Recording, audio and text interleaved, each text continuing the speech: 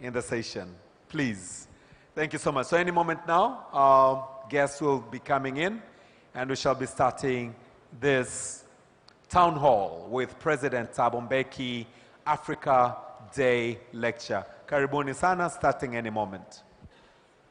I owe my being to the hills and the valleys, the mountains and the glades, the rivers, the deserts, the trees, the flowers, the seas, and the ever-changing seasons that define the face of our native land.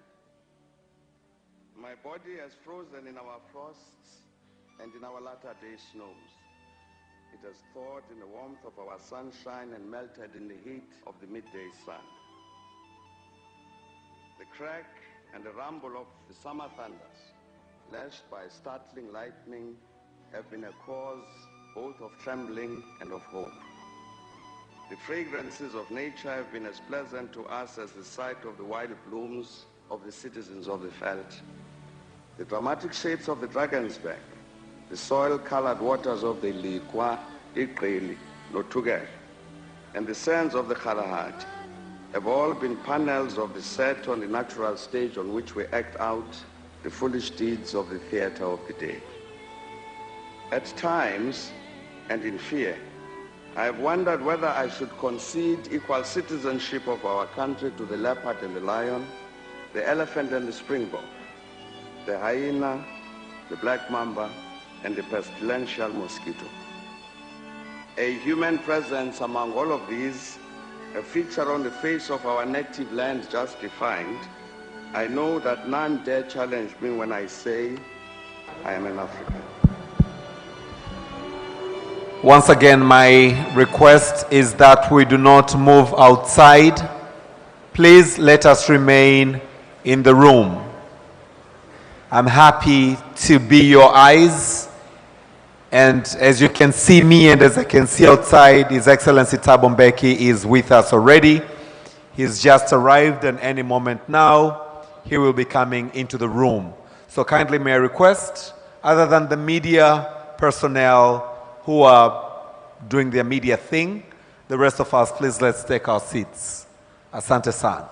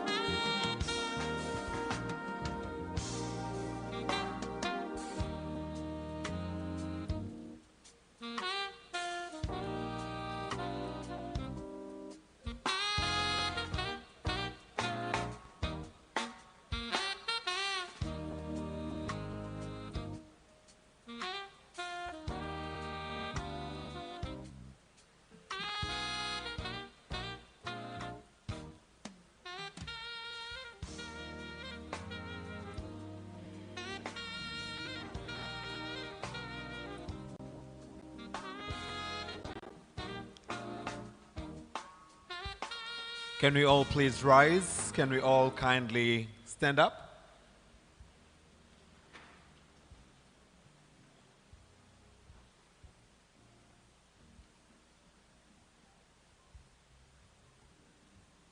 And let's put our hands together as the Excellencies are getting into the room. Let's clap our hands. DJ.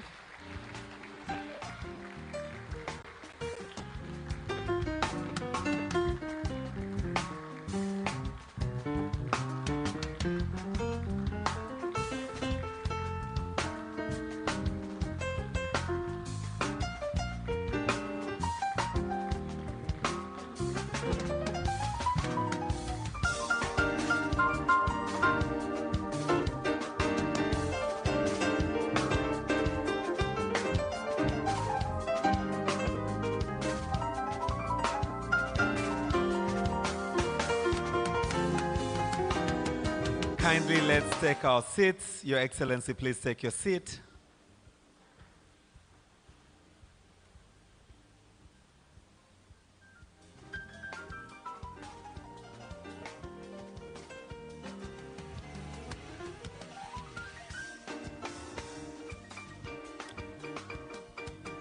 Distinguished guests, ladies and gentlemen, His Excellency Thabo Mbeki is signing the visitor's book. We are totally honored to have him with us at the University of Dar es Salaam. And as he does, let's give him a very warm round of applause.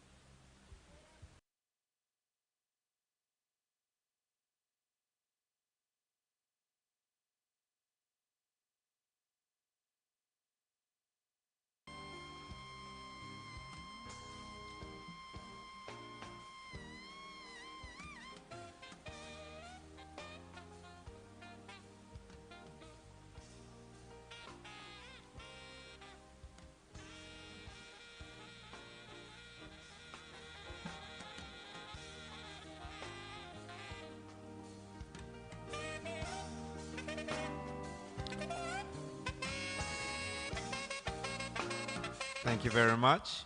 Your Excellency, Dr. Thabo Mbeki, former President of the Republic of South Africa, and our esteemed distinguished lecturer this afternoon. As I did say earlier, we are honored and delighted to have you with us. And once again, let's give him another big and warm round of applause.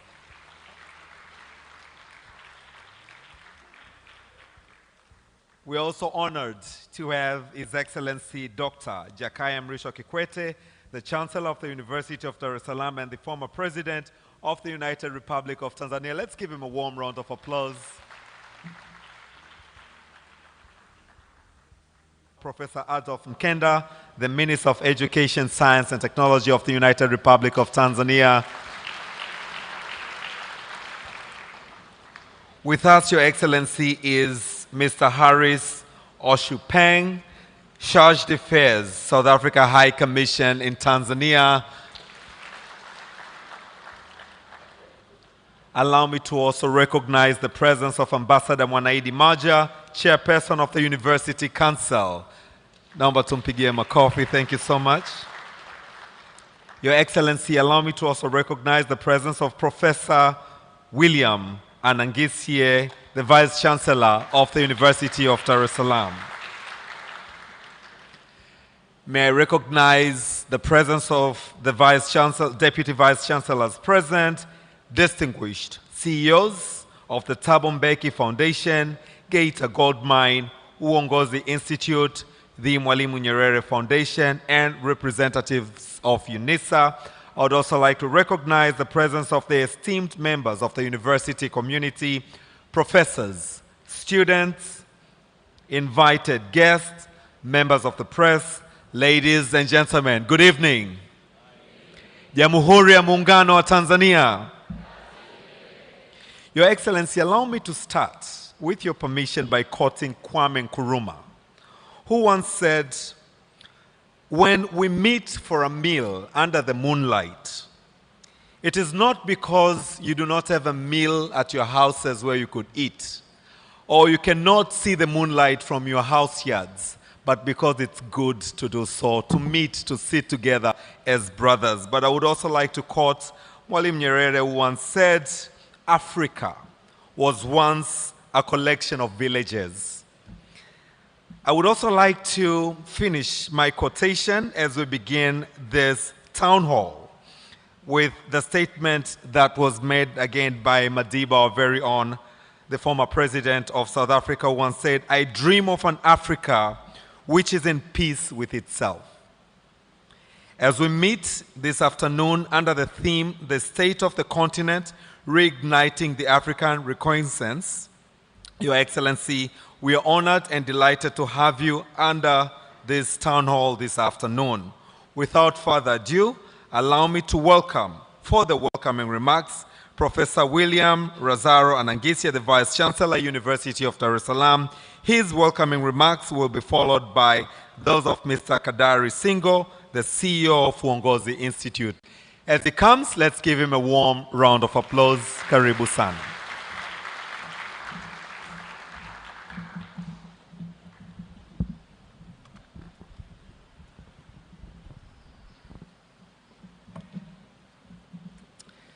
Your Excellency, Dr. Thabo Mbeki, former President of the Republic of South Africa, and our esteemed distinguished lecturer. Your Excellency, Dr. Jakaya Mrisho Kikwete, the Chancellor of the University of Dar es Salaam, and the former President of the United Republic of Tanzania.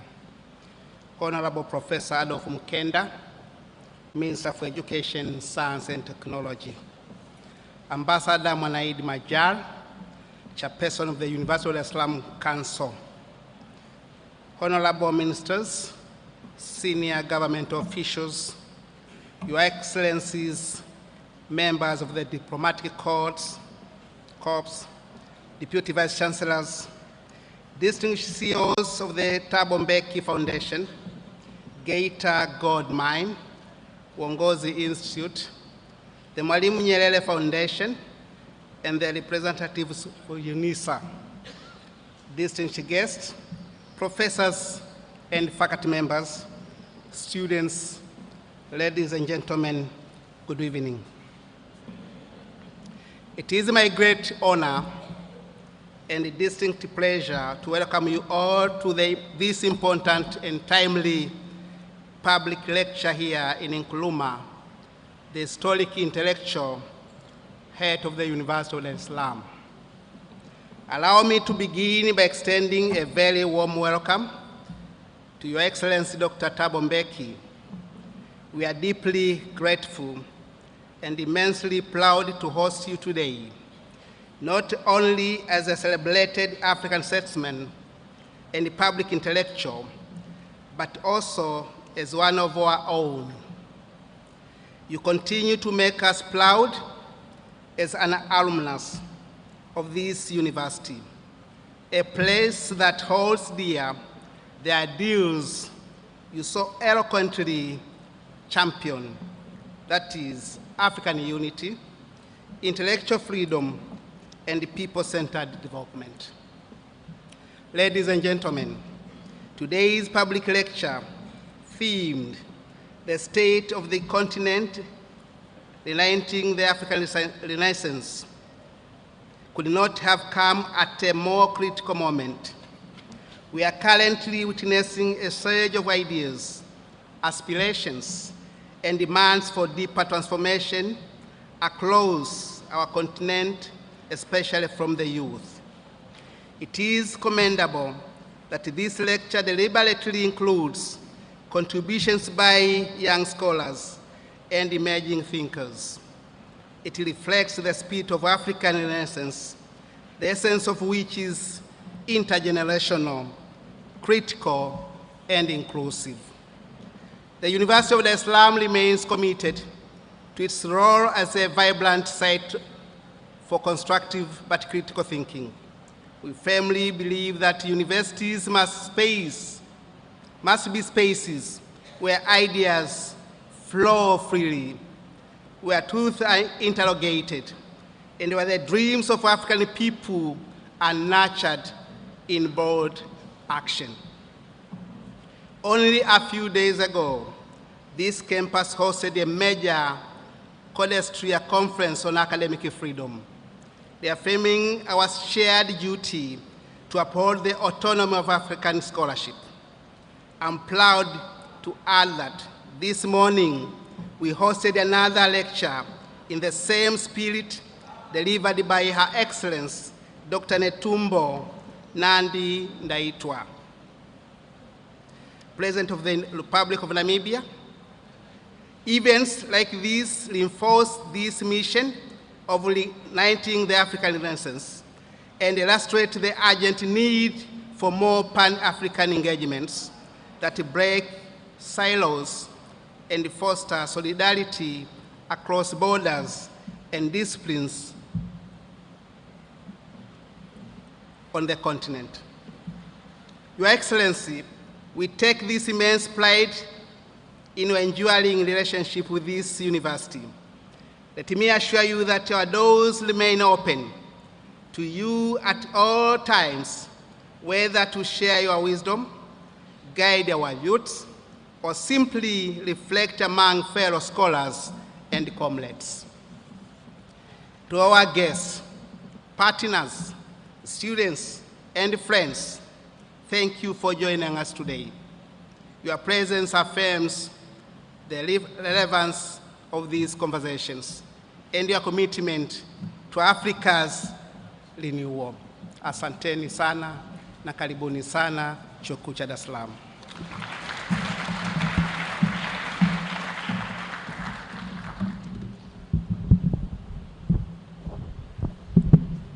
Thank you very much, Professor Anangesia, the Vice Chancellor, University of Dar es Salaam, for those warm, welcoming remarks. Your Excellency, allow me now to invite Mr. Kadari Singo, the CEO of Uongozi Institute, for his remarks, to be followed by the setting of the tone by Dr. Mbuyiseni Ndlozi, the host of Power Talk South Africa.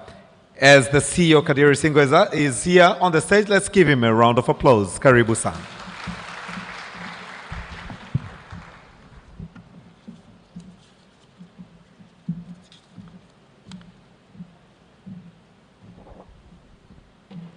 Your Excellency, Dr. Thabo Mbeki, the former President of South Africa, Your Excellency, Dr. Jakaya Mrisho Kikwete, the Chancellor of the University of Dar es Salaam and the former President of the United Republic of Tanzania, Honorable Professor Adolfo Mkenda, Member of Parliament, Minister for Education, Science and Technology, distinguished guests, esteemed members of the university community, professors, students, and invited guests, ladies and gentlemen, good afternoon.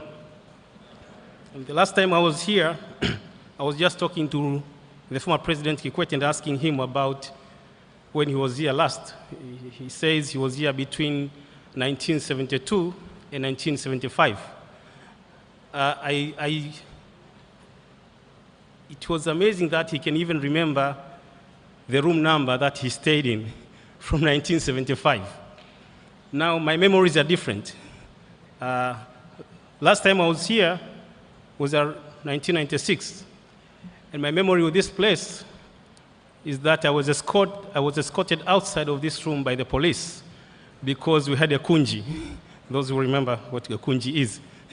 So those are my memories of this place. So today I'm standing here as the CEO of Uongozi Institute, and I'm so proud of this place. But it is indeed a great honor and profound privilege to be part of this significant event of the 15th Thabo Mbeki Africa Day Lecture, held as part of the 2025 Africa Day celebrations. We all know that since its inception, the Thabo Mbeki Foundation has emerged as a vital force in advancing the African Renaissance. We are honored to once again partner and collaborate with the foundation in this movement, which aims to place Africa on the path of sustainable and equitable growth. Ladies and gentlemen, Uongozi Institute has been working closely with the Thabo Mbeki Foundation on various initiatives, including the organization of African Leadership Forum, where the former President Jakaya Mrisho Kikwete is a patron. The forum serves the same purpose of creating a platform for meaningful dialogue and collaboration that promotes Africa's transformation. Your Excellency, we are privileged to continue working with you and to benefit from your visionary leadership. Your presence here today symbolizes the enduring friendship and cooperation between our institutions. Ladies and gentlemen, this year's theme, the state of continent, reigniting the African Renaissance is both timely and significant. The concept of an African Renaissance is not new. It was notably articulated in the late 1990s by our Excellency President Thabo Mbeki, who to this day continues to live by and pursue this vital vision. His Excellency is a steadfast believer in true transformation, one that seeks to address Africa's historical challenges and revitalize the African continent. Today's lecture, therefore, is more than scholarly discussion. It is a reaffirmation of our shared commitment to Africa's advancement and a call to reflect on what more we can do together to realize the Africa we want. Ladies and gentlemen, in concluding my remarks, allow me to once again thank you, Your Excellency, for continually reminding us of the spirit of Africa Renaissance and true collaboration. This very event exemplifies that spirit of partnership, as it is co-hosted by the institutions from across Africa. I believe that today we will benefit greatly from the general discussions and your wisdom. With these few words, I thank you all for your kind attention. Good afternoon once again.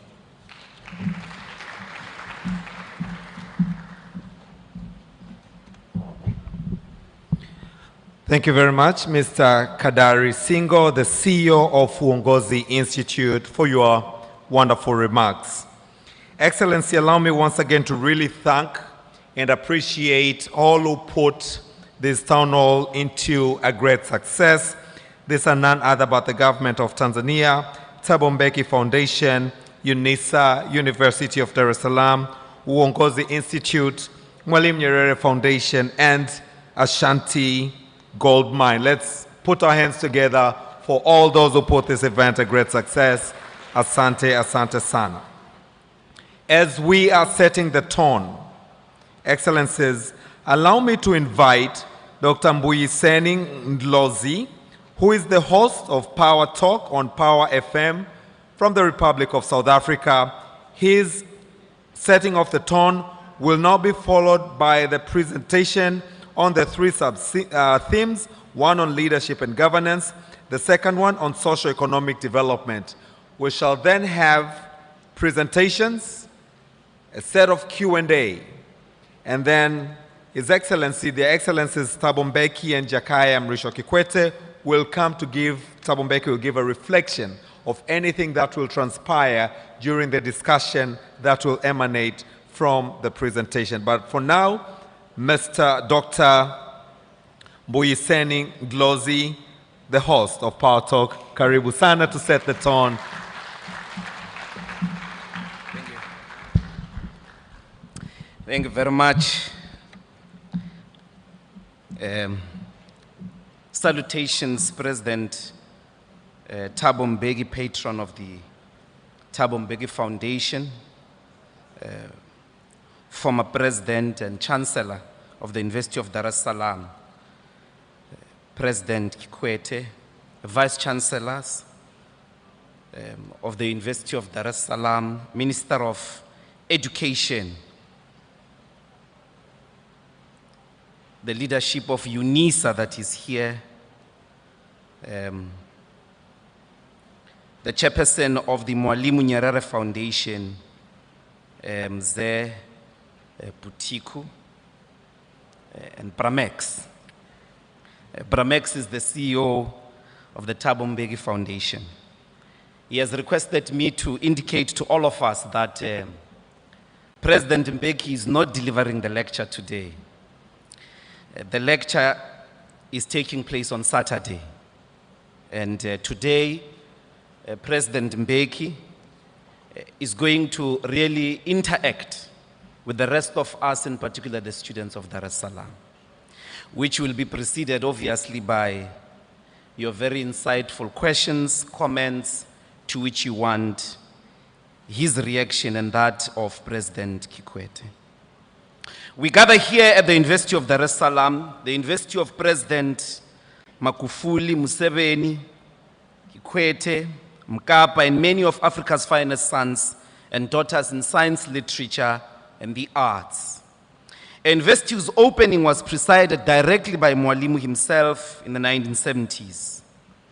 At this moment, he was at pains to mark out the post-colonial academic project. Here in his speech at the opening of the university in August 21 of 1970, Mwalimu canvassed the relevance of Dar es Salaam, the relevance of Dar es Salaam University to African reality and needs, warning against the epistemic culture of mimicry, the academic disease of seeking to emulate Western academic institutions. Mwalimu was clear that this mimicry has nothing, quite frankly, to do with science itself. Meaning, one could not say, I'm not going to study artificial intelligence because it was invented in the West. This is contrary to another emphasis he put on reality. In 1966, he argued right here in this campus, speaking to students like we are doing today, that the university must help the nation to face reality. And in our reality, the need for science and scientific training is desperate. Many people today, particularly those who speak about decolonizing the university, miss this point. Often they think decolonization means rejecting science because it is Western.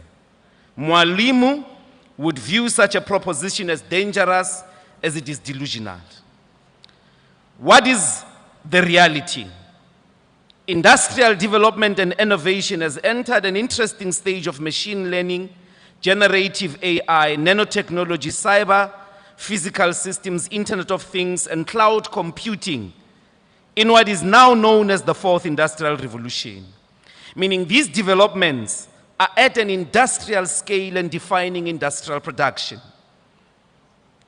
On the 5th of February this year, CNBC International Podcast published a podcast by Professor Max Tegmark, a Swedish-American physicist at MIT, who argued that AI is posing an existential threat to humanity.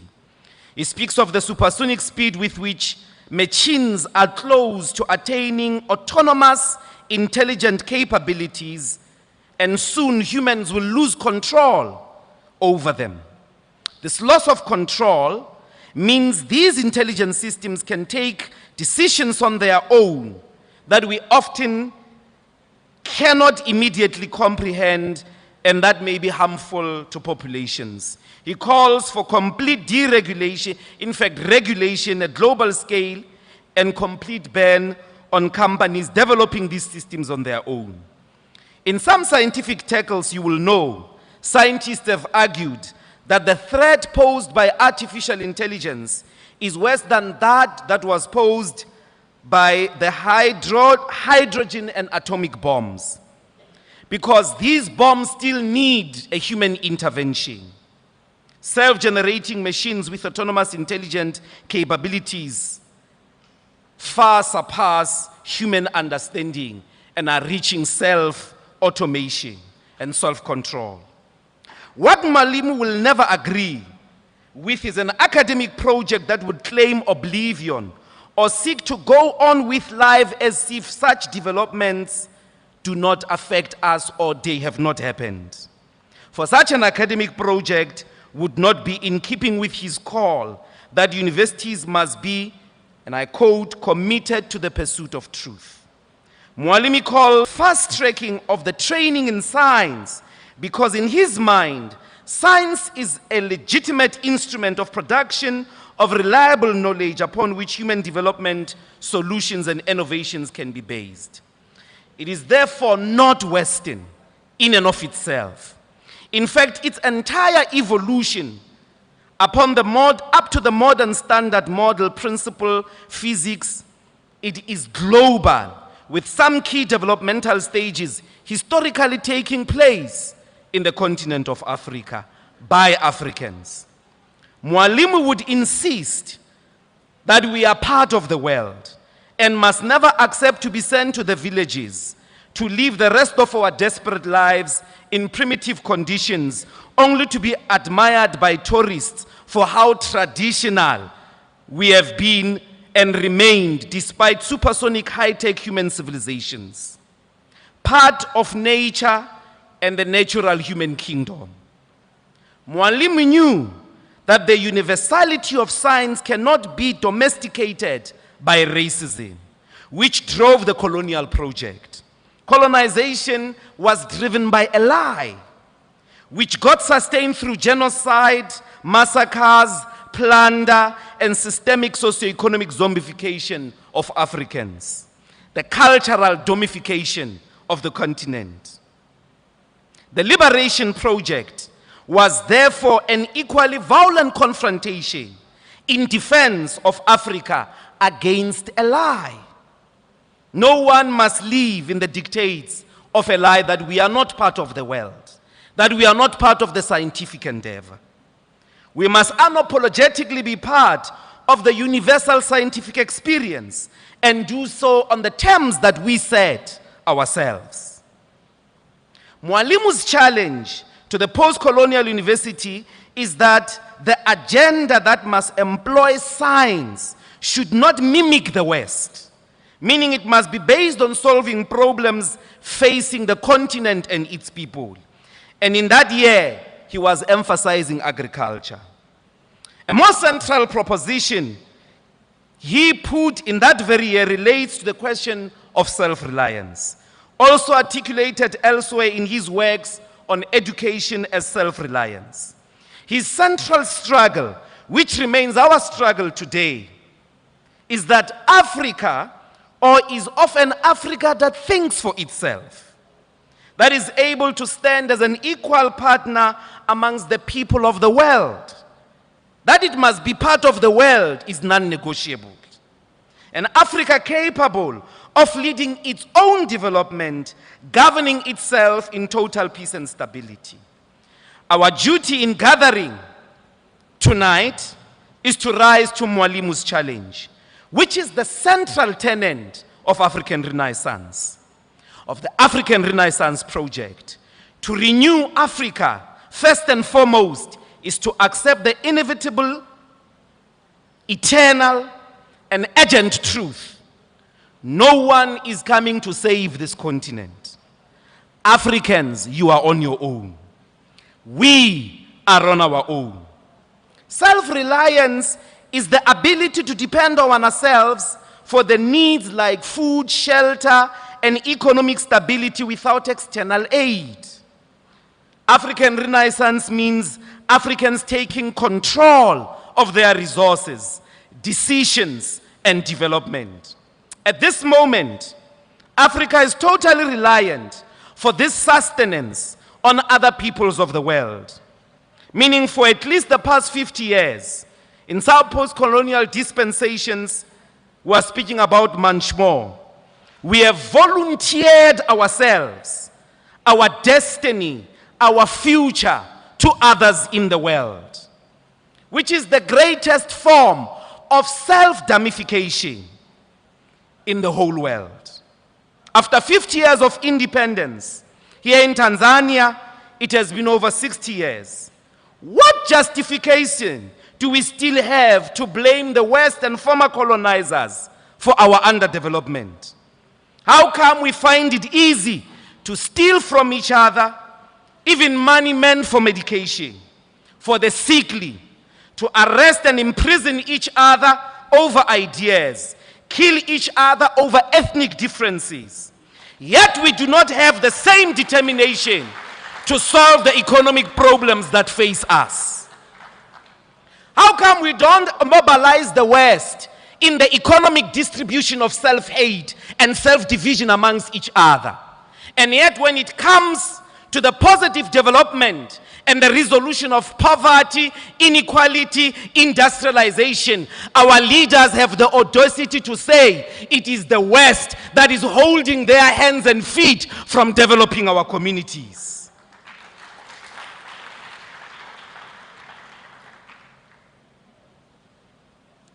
Yet we do not have the same determination as well for a self-reliant Africa in mining, manufacturing, communication, digital technologies, infrastructure, healthcare, and education. We know that Africa relies on imports for many consumer goods, with only 20% of food imports coming from other countries. For manufactured goods, the continent produces just 2%, suggesting low share of locally consumed products are made in Africa. Less than 2% of our medicines do not come from the continent, meaning close to 90% of our pharmaceutical products come from outside of the continent. 80% of antiretrovirals being imported mostly from Europe, India, and China. This means we cannot heal ourselves. We cannot clothe ourselves. We cannot even drive ourselves. All the cars that we used coming here are not produced in the continent. We have wars in at least each of the regions of the continent. Yet well over 90% of those guns and ammunitions don't come from this continent.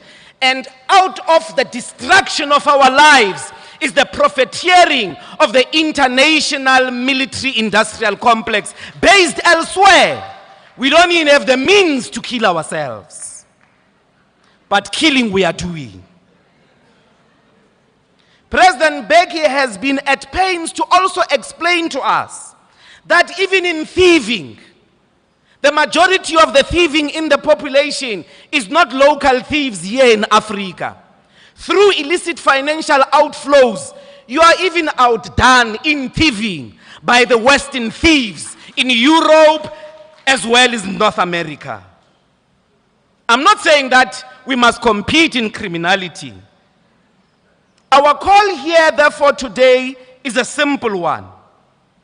The genesis of our freedom is we must be responsible for ourselves. This is the true meaning of liberation. This is the true meaning of freedom. The capacity to be responsible for ourselves. So why are we here today? We are here to start a rebellion. We are here to repeat after Mwalimu that education is not a way of escaping poverty. It is not a way of escaping the country's poverty. It is a way of fighting against poverty. We are here to remind Tanzania of Mwalimu's development as rebellion.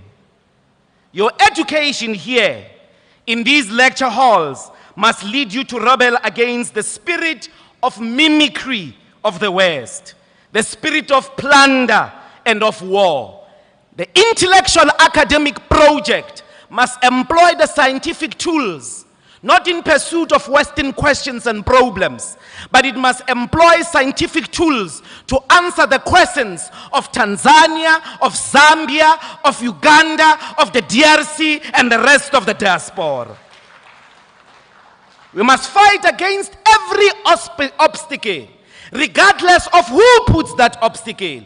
Even if that obstacle is put by ourselves, each and every obstacle that denies us to be responsible for our freedom, to be responsible for our destiny, to account for ourselves, it must be crushed once and for all.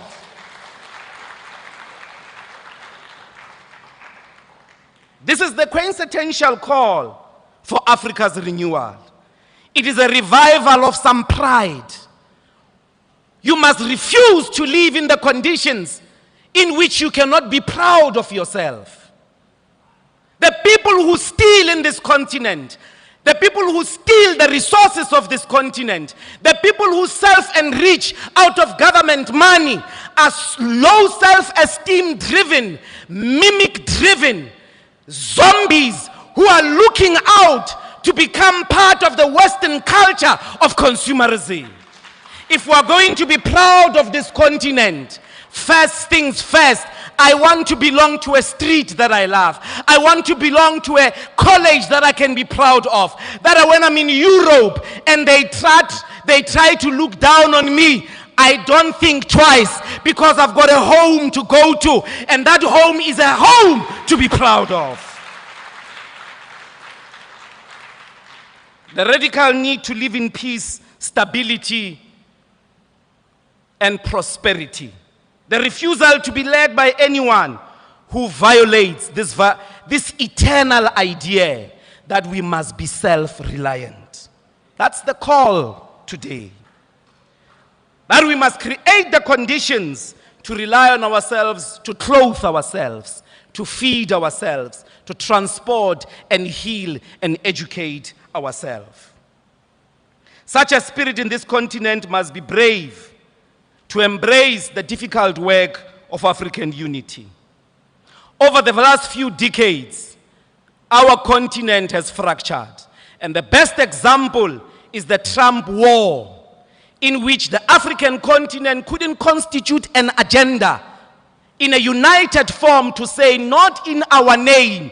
You're not going to bully anyone from Cape to Cairo, regardless of whether you are running the most powerful country and military in the world. We are going to die together because we have lived together, we were oppressed together, we are hated together. You come to us as a united force, as Africans in the world. We must refuse all efforts to turn Africa against each other. Anybody that turns an African against each other is not part of us. Anyone who wants to do business with us must respect this objective, that we want to be self-reliant. If you want to get our gold, whether you are China, India, Brazil, the United States, or Europe, you must respect this important principle that we want to be self-reliant. So if you want to take our gold, if you want an exchange of our gold, you must know that you will have to come with a trade deal that allows us to attain self-reliance in the entire gold chain, the chain in the gold trade. If you want our rare earth minerals, you must give us a trade deal that allows us to empower local manufacturing of digital technologies, including building high-speed internet in universities and public facilities. A university must be a place of the fastest internet on earth, everywhere, anytime. There must be a continent. They cannot do it. They are not Africans. How could they know what Africans need? It is Africans who must set the agenda, live to the best standards of that agenda in as powerful a way that is so self-sacrificial. Only Africans can define that agenda, not China, not Europe, not India. You, here, right now, are the Africa that we need. You, here, right now, are the person that we are here to reignite. You, here, right now, must be responsible for the renewal of this continent. You, here, right now, must make sure that Tanzania is a place to be proud of. You, here, right now, are responsible for reigniting African Renaissance. Forward with self-reliance, forward with Africa's renewal. Asante sana.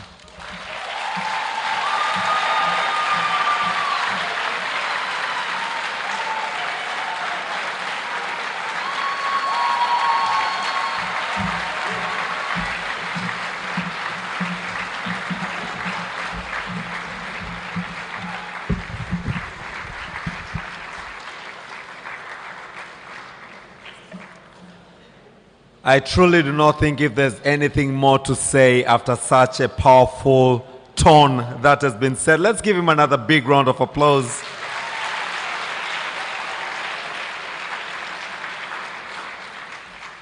As we reignite the African Renaissance, Your Excellency, in this Nkuruma Hall, allow me once again to reflect just by a quotation, once again by Kwame Nkrumah, who said, "I'm not an African because I was born in Africa, but because Africa was born in me." And this is what we should be really centered along the tone that has just been set. Your Excellency, allow me now to bring to the stage Ambassador Azizi Mlima from Uongozi Institute, who is coming to talk to us on leadership and governance. Ambassador Aziz Mlima will be followed by Mr. Simon Shayo, a UDSM University of Dar es Salaam alumni, who will be speaking on socio-economic development. As he comes, let's give him a round of applause. Karibu sana.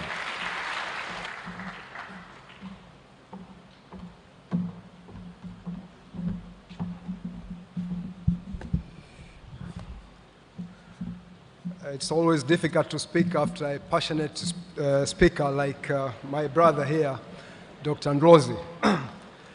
Excellency President Thabo Mbeki, the patron of Thabo Mbeki Foundation and former President of Republic of South Africa, former President Jakaya Kikwete, Chancellor of University of Dar es Salaam and former President of United Republic of Tanzania, Professor Adolf Mkenda, Minister of Science and Technology, Professor William Manangisye, Vice Chancellor of University of Dar es Salaam, Ambassador Monaidi Mahajal, the chairperson of the Council of the University of Dar es Salaam. Allow me to stand on the established protocol on the interest of time. Today I'm going to talk about leadership and governance, but my focus will be on the economic sphere. Today we reflect on the intersection between leadership and governance and why both are very important for navigating today's global and national challenges. We know they are very crucial for spearheading the African Renaissance. How do we define leadership and governance? Or four major items which we really need to have in order to develop. And the first one was the skilled manpower. The second one is land. The third one is a good political climate. And visionary leadership and good governance. All this, if you try to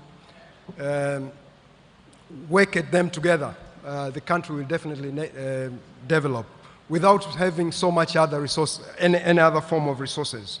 But the most important thing is that the first two, land and manpower, provide for means of production and to drive the development agenda.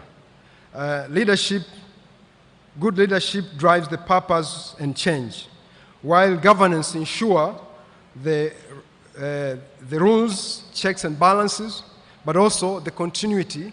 At the same time, governance allows for accountability, transparency, and also all the important aspects of governance. So, what Mwalimu did, he knew that both leadership and good governance works hand in hand in order to achieve economic development or economic progress of any society. But we know what the priorities were during the time of Mwalimu.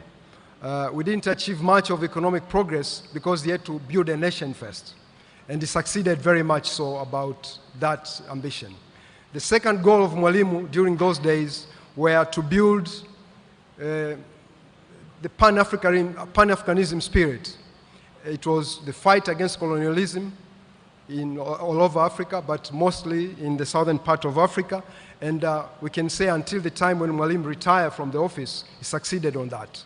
But the world, as we know, it was divided between East and West. And in order to navigate, we were actually under a non-aligned movement. And Mwalimu managed to play around the two and be able to support the freedom struggle, independence struggle in the southern part of Africa, but also managed to build a nation which, by the time we got independence in 1961, it was just 120 tribes in a geographical area called Tanganyika. And later he managed to unite our two countries, Tanganyika and Zanzibar, to form the United Republic of Tanzania. And together they supported all those kind of initiatives. And if you compare the time Mwalimu came to the office until the time when he left the office, there was a lot of economic development. But this underlines the importance of effective leadership. Mwalimu achieved those goals. But what are the importance of effective leadership? Is to set national development agenda, which if we refer to Mwalimu and many other founding fathers, they managed to do that, to build trusts in public institutions, but also to manage crisis and transition while navigating the global crises and issue at that time when you had two global, you have the global East and global West, but also you had the developing countries like our nations in sub-Saharan Africa. But Mwalimu and other leaders of their generation managed to bring about that kind of leadership. But the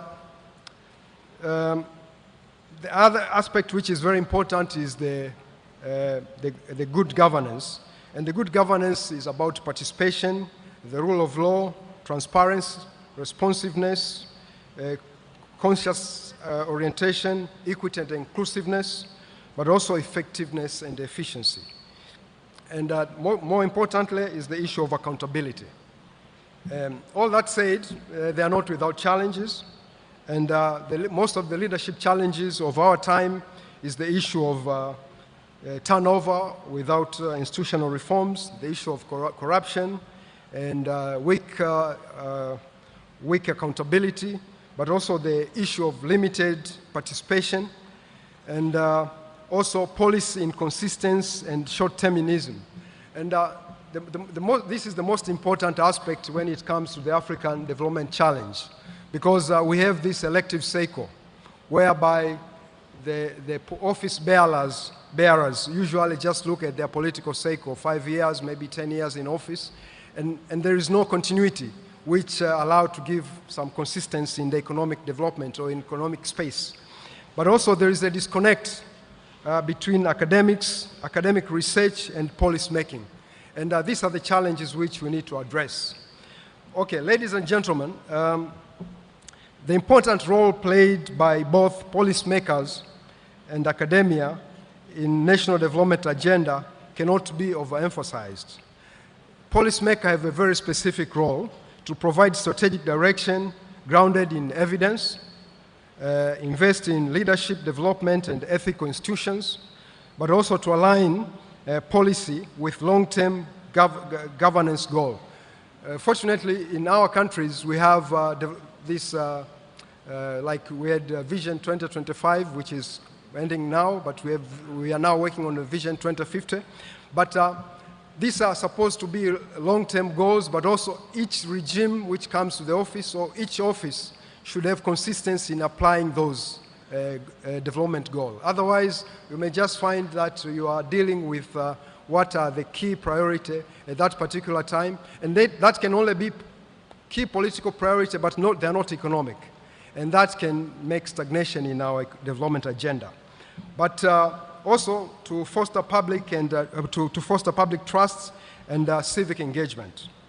While the role of academia is to generate idea-driven insight and crucial analysis, but also doing research, serious research, not just consultants and things like that, but also to train future leaders with ethical and strategic mindset. We also need, the academia need also to serve as a watchdog and conscious of the society. The academia also need to promote policy innovation through research and innovation.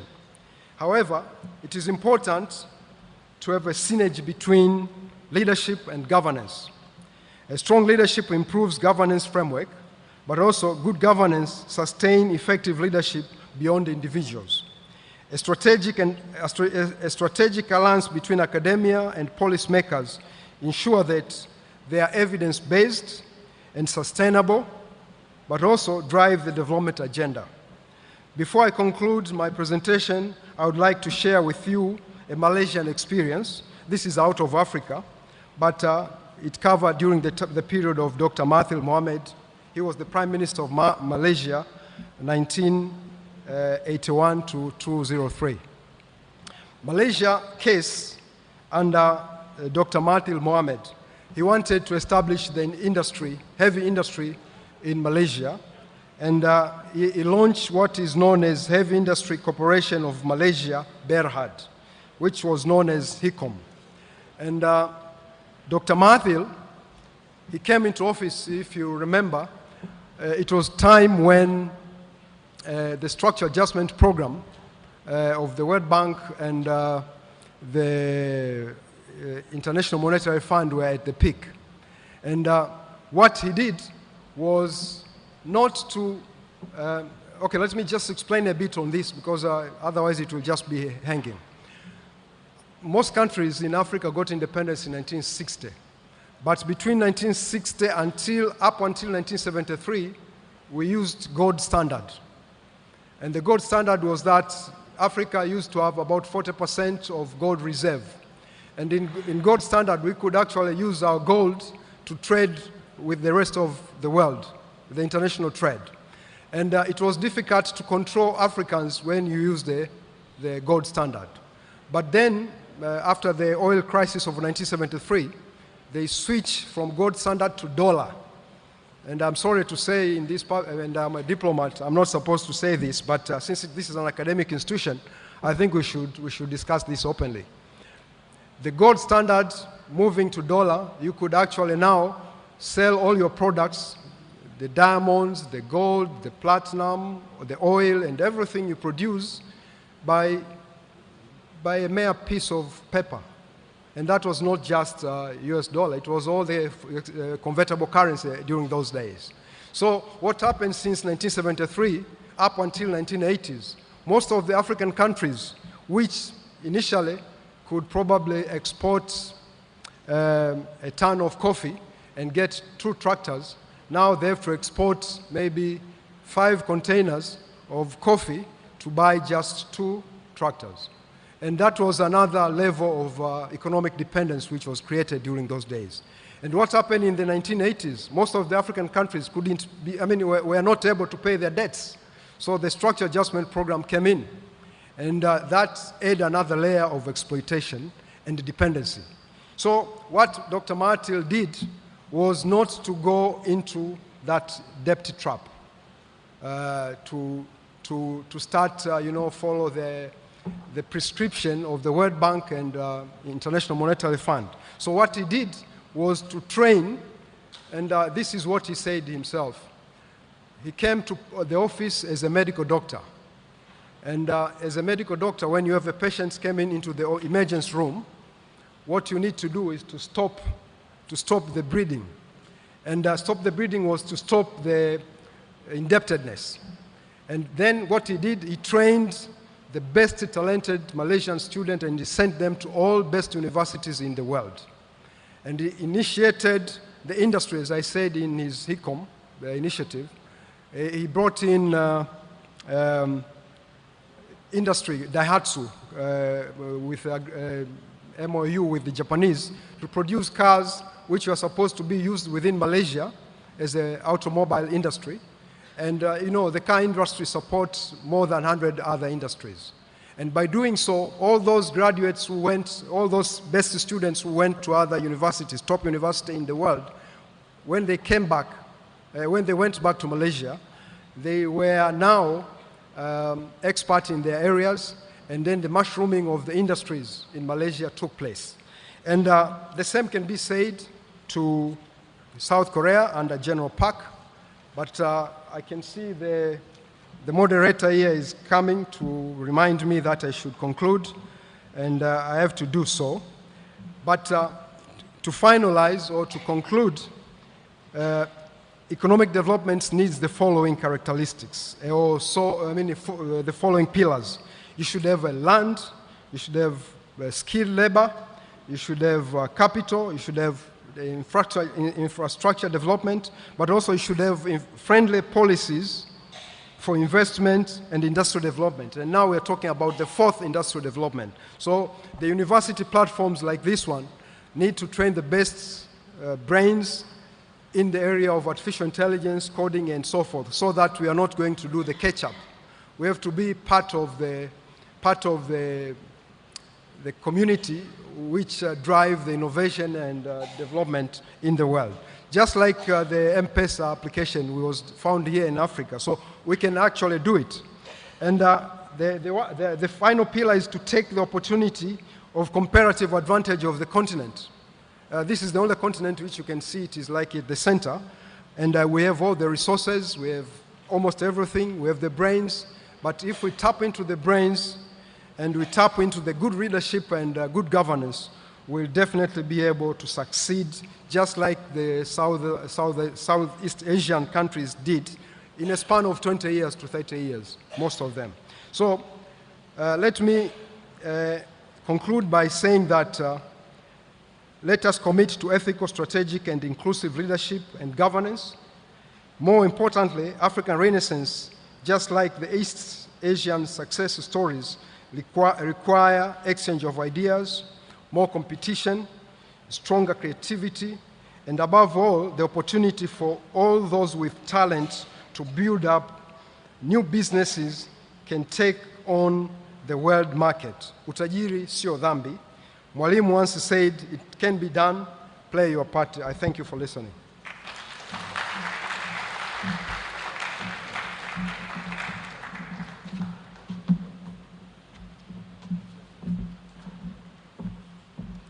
It can be done, play your part.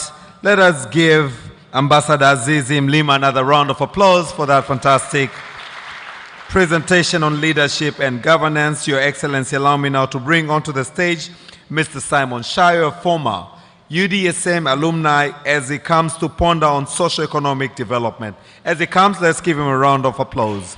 This will be followed by Q&A from the remaining of the speakers. Karibu sana.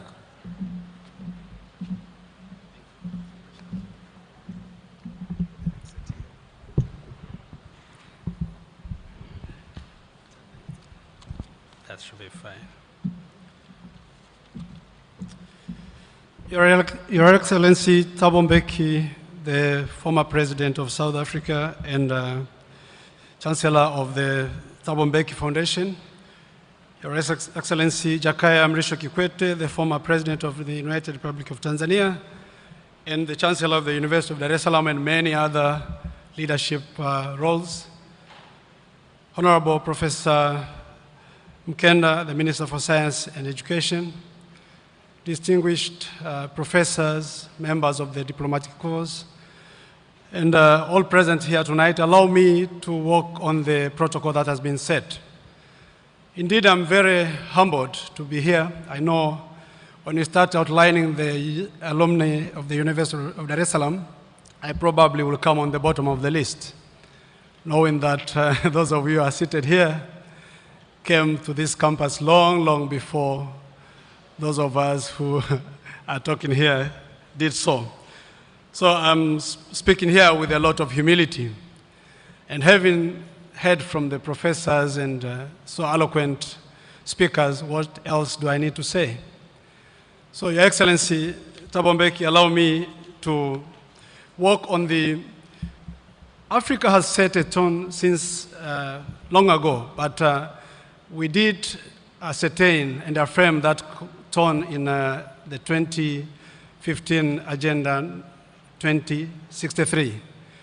And questions that should be asked now, 10 years inside the Agenda 63, is are we heading where we wanted to head with Agenda 2063? The space I've been, the topic I've been asked to speak about is just one of the many aspirations, the 7 aspirations that the African people had when we were setting Agenda 2063. So I will probably just ask in terms of questions, are we heading where we want to head? And you said it, Doc, and I don't want to repeat what you said.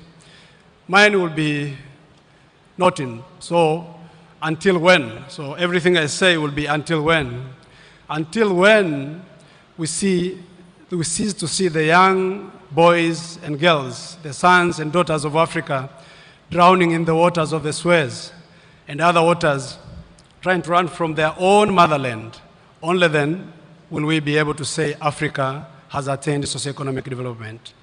Until the time when we will cease to see our brothers and sisters being buried in the debris of falling grounds because of unsafe mining conditions, only then will we be able to say Africa has attained socioeconomic development.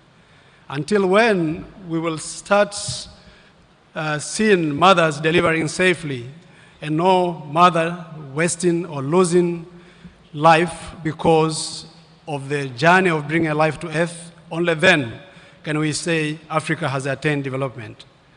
Until the time when we will cease to see money flowing from the coffers of our nations to foreign countries in Europe and America, in the individual accounts of our leaders that we have entrusted to those resources, only then can we confidently say that Africa has attained the socioeconomic development it wanted or dreamt to attain. Until the time we'll stop seeing blood flowing into the rivers of the DRC, Southern Sudan, the Biafra of Nigeria, and many other African countries, only then will we be able to say Africa is peaceful, and so this is a continent that can together achieve shared prosperity, develop together. We cannot talk of socioeconomic development as if it is something that you can attain in the sky.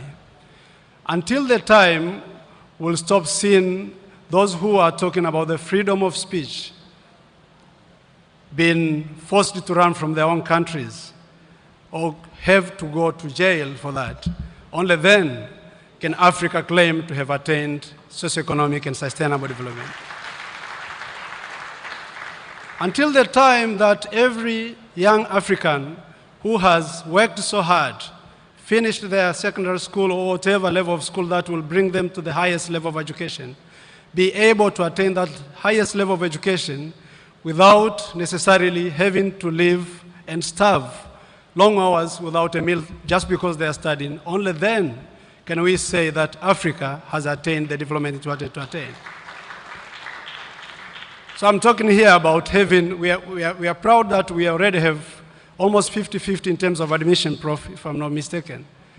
But how many, even if it is 1%, of those are forced to drop because they cannot pay for their education to the final year, while myself and few that can afford 4x4s are driving those because our roads are not good enough. So until then, can we say Africa has attained the journey it wants to attain, the journey of sustainable development? So I'm challenging myself, younger people than me here, other Africans, to try and reignite the African Renaissance by living the dreams of our forefathers, but the dreams of our living leaders who are so much inspiring and yet watching Africa dragging its feet with all the potential that we have. So, Your Excellency, tonight we'll want to hear the conversations about what is it that is holding Africa back. And I'm not going to say what is it because alone I can't. So together, let's ask ourselves, until when will Africa continue to sit on itself, sit on its potential, and watch the world prospering while Africa is becoming a sorry story? Thank you for listening.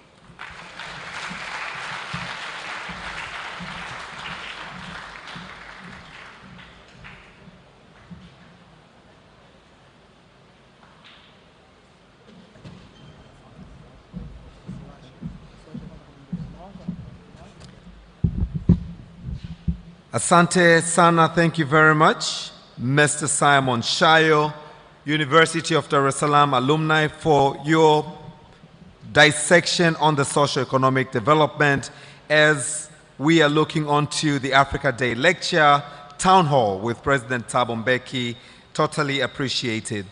I would now like Your Excellency to invite onto the stage none other but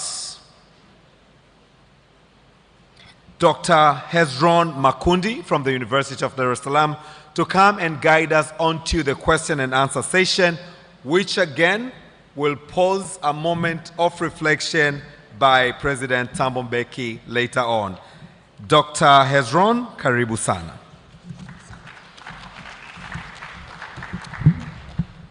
Thank you, Austin. Your Excellency, President Thabo Mbeki, kindly receive the humble and sincere apology from our team of organizers for this town hall for not starting on time. We are honored to have you here to engage in this dialogue about the renaissance of our motherland, the African continent. So the discussion will be in two parts. The first part will be to finalize the talks from the prepared speakers, but this time rather shorter, and then the other part will be opening to the audience. So we will start with Professor Anthony van Nieuwkerk, if I got it right, from the University of South Africa, UNISA. He's going to provoke the discussion on the sub-theme on security and Pan-African unity. You can come to the podium. Let's clap for Professor Anthony, and you have 5 minutes, please.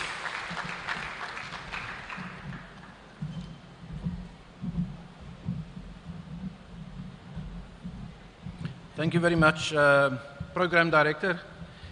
Greetings to His Excellencies, President Mbeki and President Kikwete, and all honored guests and academic leaders and my colleagues and all the students in the hall. Thanks. And thanks for the 5 minutes. I was told 3, but now it's gone up to 5. Let's see how I do.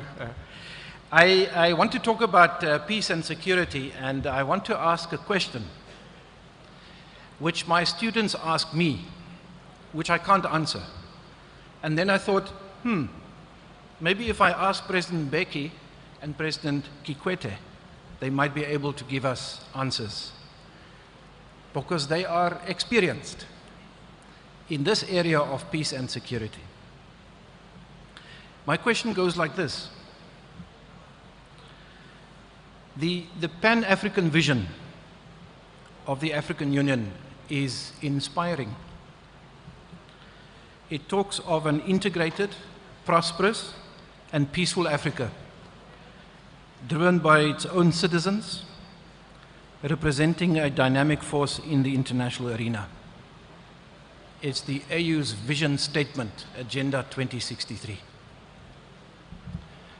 On peace and security, the AU undertakes to promote dialogue-centered conflict prevention and resolution in such a manner that by 2020, says the vision, the guns would have fallen silent. In addition, the AU undertakes to promote a culture of peace and tolerance in Africa's children and youth through peace education. The AU also speaks of an Africa with a strong cultural identity, common heritage, shared values and ethics. The question arises, how far have we come with realizing these aspirations? On peace and security, is the African peace and security architecture, APSA, fully functional? Does it inspire peace in Sudan, in South Sudan, the Sahel, the Horn, the Great Lakes region? Does it deter crime, corruption, and exploitation? On a cultural renaissance, have we inculcated the spirit of Pan-Africanism to ensure that the creative arts contribute to Africa's transformation? Have we restored and preserved Africa's cultural heritage and its languages? President Mbeki, President Kikwete, how would you assess our progress? And if you think we are found wanting, then I want to ask, how do we reignite the spirit of peacemaking and peacekeeping in Africa? Where the flame has been doused, how do we reignite it? And then finally, on agency, who must do that?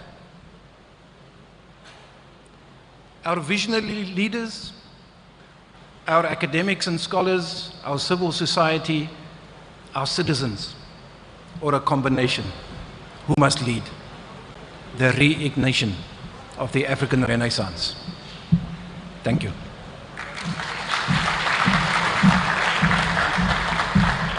Thank you, Professor Anthony. Another round of applause for him.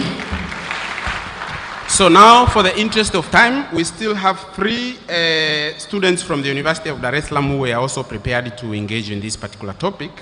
I will give them 1 minute and they can speak from where they are. So I will start with Ms. Olivia Pesha, who is a MA student on political science from the University of Dar es Salaam. Just get the mic there and you can speak from there. Please, for 1 minute, and then we will open up to the rest, maybe 4 or 5 questions. Karibu. Asante. Good evening, everyone. I have a question. In reigniting the African Renaissance, one of the aspirations that is to be considered is youth empowerment, because we are considered as the means of production, but also the manpower into bringing about the Renaissance as well as the revival of the Africa that we want. The question comes is, we have seen so far there are a number of youth empowerment programs, but still youth are seen to lag behind in trying to advocate for change, where they sometimes face repressions and other obstacles of such. So what could be done so as to improve the youth empowerment into the African Renaissance and improve the youth into trying to advocate for the African renewal in general? Olivia, thank you very much. You have done a wonderful job just posing a question, and you set also the environment for His Excellency President Mbeki to also reflect on that. Now I move to Ms. Karen Dika, who is a BA student on actuarial sciences, also from the University of Dar es Salaam. Let's provide the microphone for her also. Good evening, everyone. All protocols observed. I stand before you as a voice of the youth, representing 60% of our population in Africa. My major concern regarding youth is specifically on the aspect of unemployment. A lot of youth in our country are facing this huge problem, and it seems as though it is a cry for help which is yet to be fully answered.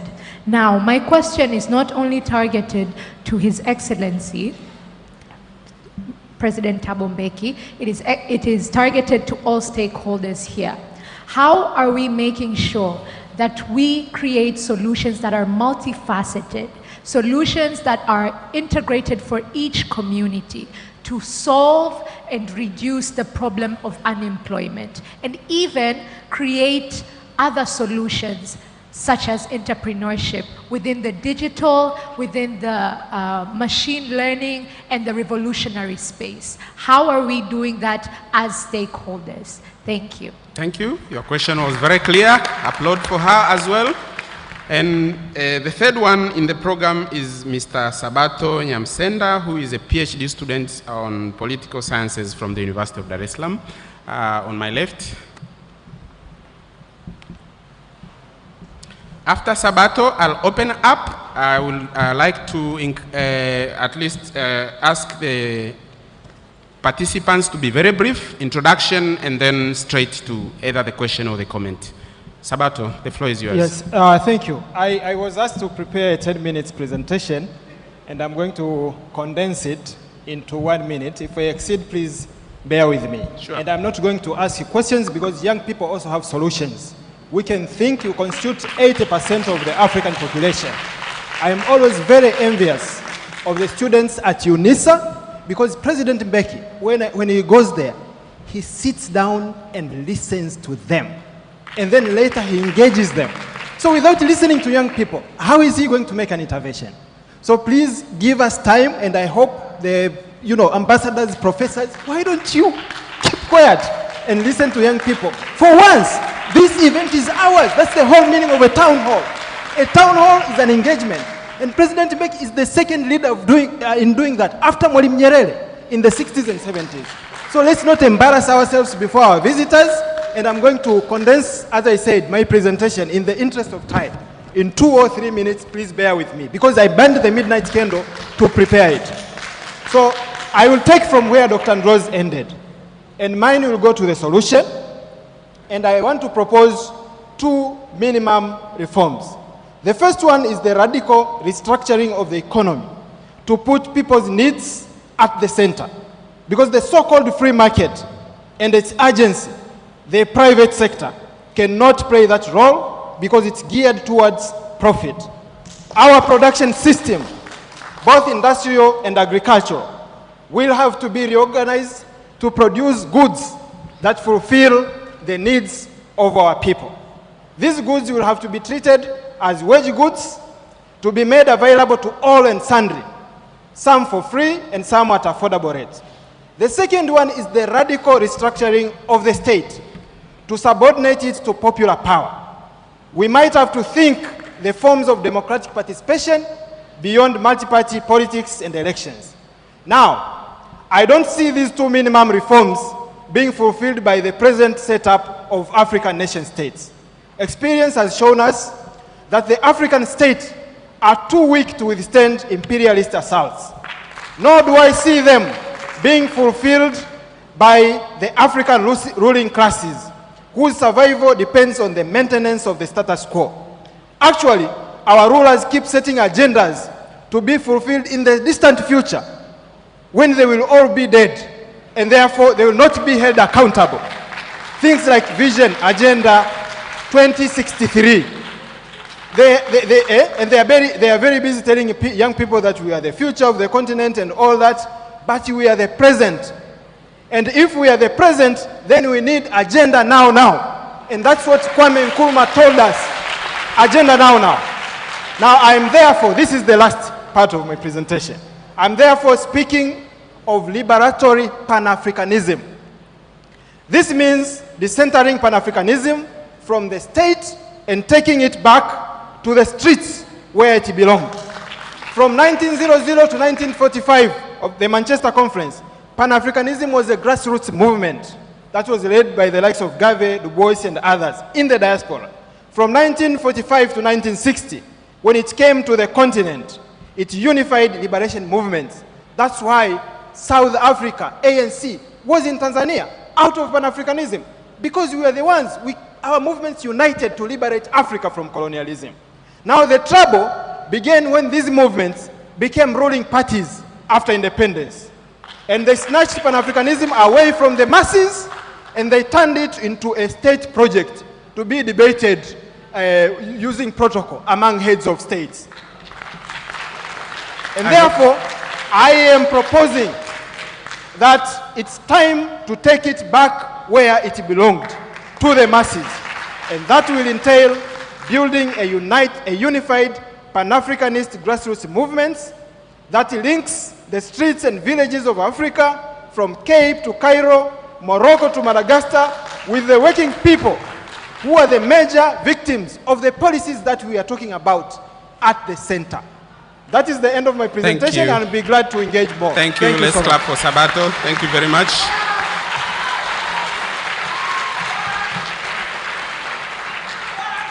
I believe the audience and President Mbeki have heard you, and he will have a moment to reflect on your recommendations as well. So I open up I'm looking for hands. Please be brief, introduce yourself, and go straight to the point. I apologize in advance if I'll have to interrupt you, but please let's have an opportunity for a number of others. The hand is there, and then I see the hand there. Upstairs? Okay, Yes. we start with these two first. I'll be very brief, but I would like to first congratulate former President of South Africa, Thabo Mbeki, for picking the baton from the like of... Introduce yourself, please. My name is Gerson Daniel Janga, a master student of Political Science, University of Dar es Salaam. So I would like to congratulate President Mbeki for picking the baton from the like of Cheikh Anta Diop, Kwame Nkrumah and Nyerere for bringing back Africa to its rightful position.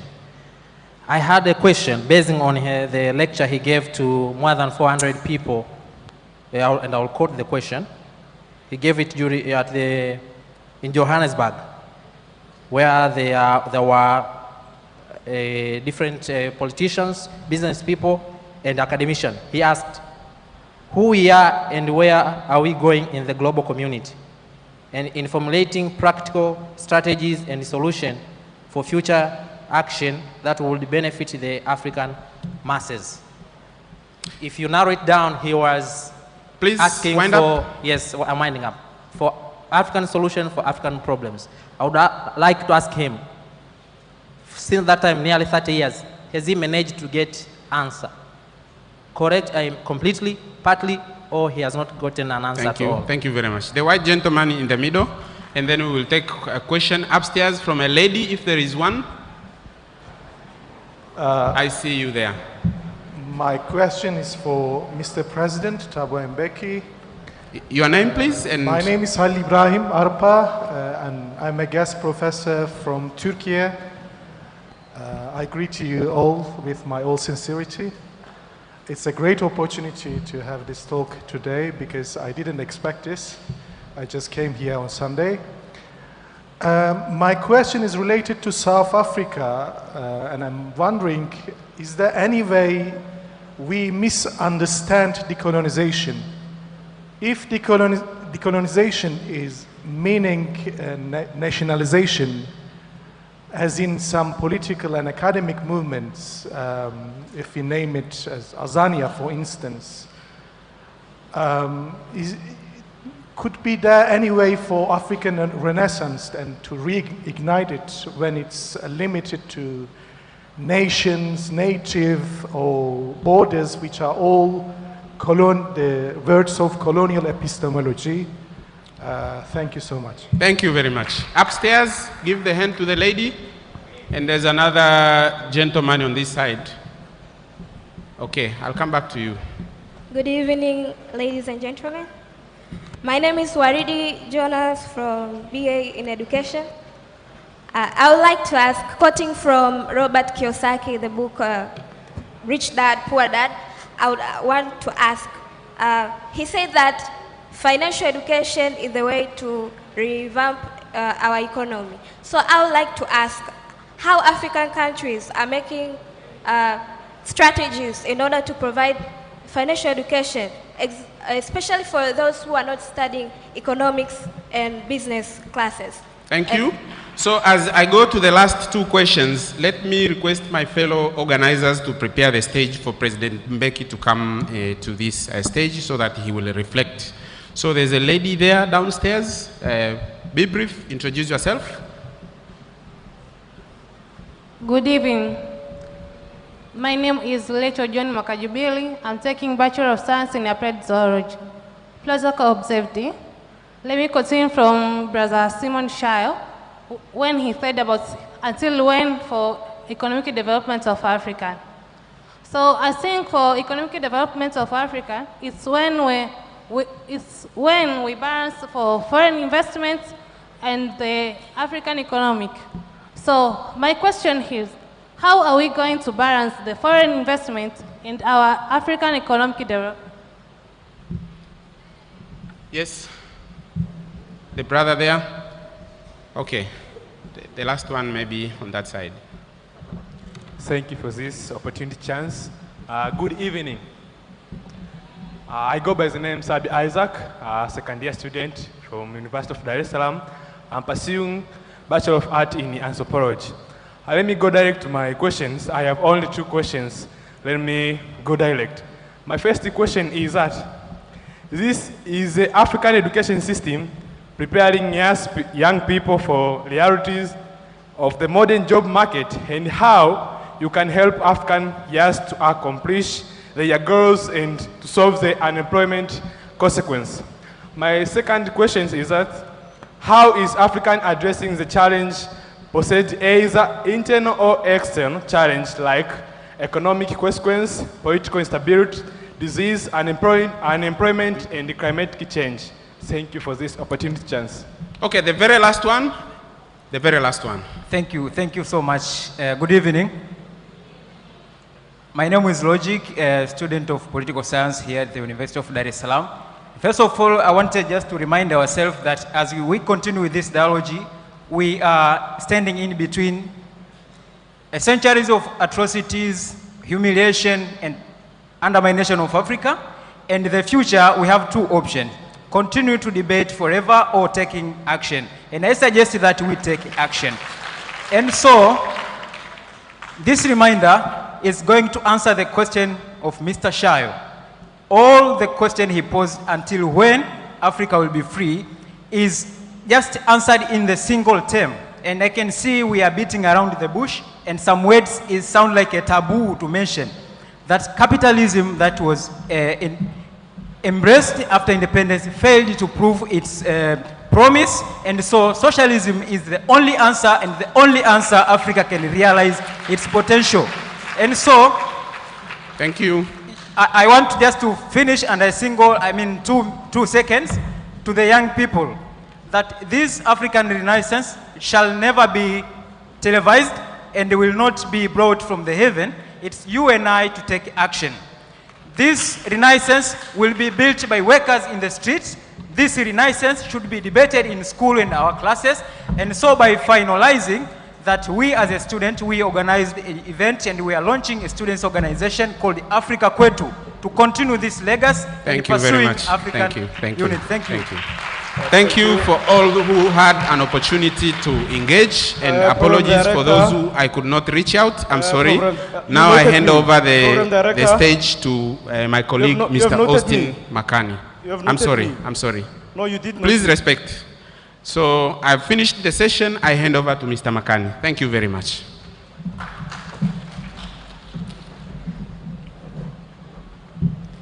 Your Excellency, if it may so please you to please join me on the stage. Thank you so much for your reflection onto some of the questions that have been directed to you. Karibu sana. As it comes, let's put our hands together for His Excellency Thabo Mbeki.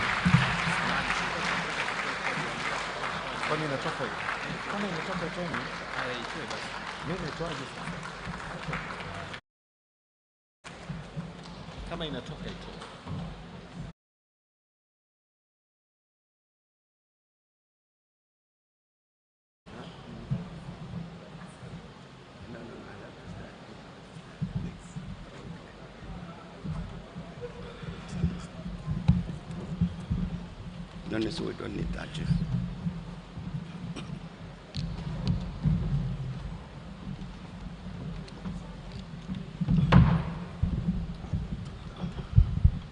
And thanks a lot,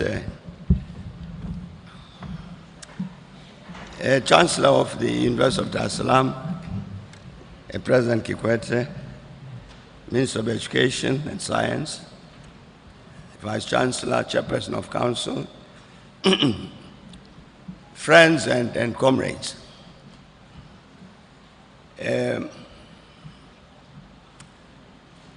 I think it was correct for one of our colleagues here to talk about the fact that we start a bit late.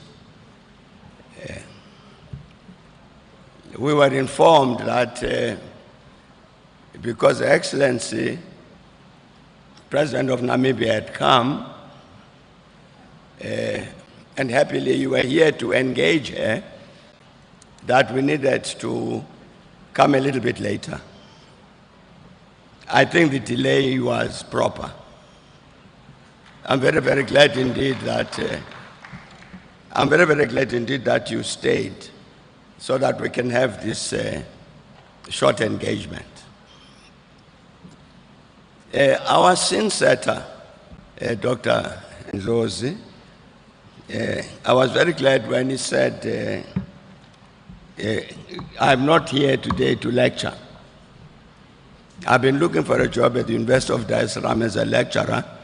I hope they give me a job.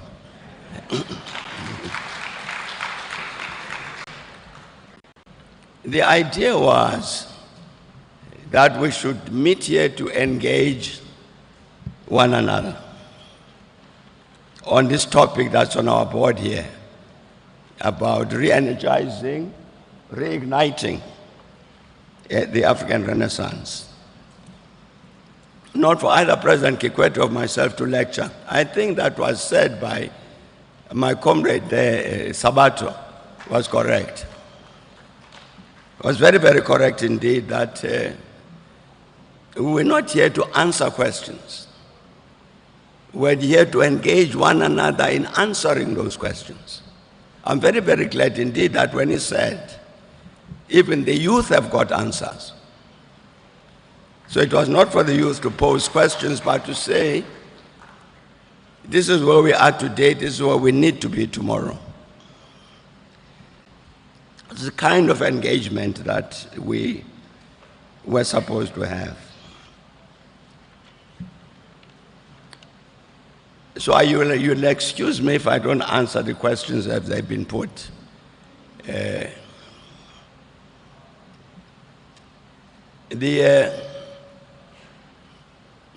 The word Renaissance, we know all of us what it means. It means a rebirth. So when we talk about an African Renaissance, we're talking about an Africa reborn. Dr. Ndlozi, I don't know whether we all know what that means. What is this Africa that we imagine?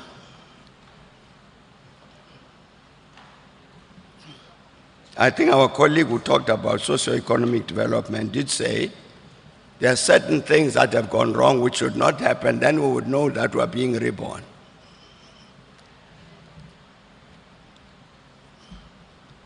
One of the great strengths, my view, one of the great strengths of the OAU and the AU, these continental organizations, is that they actually attended to this matter. An Africa reborn, what should it look like?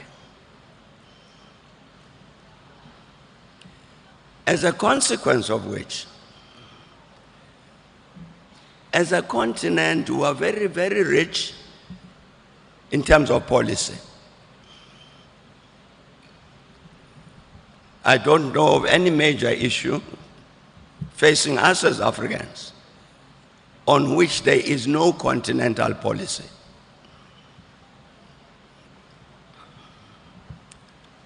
The politics of our continent, issues about democracy, accountability, good governance, all of that.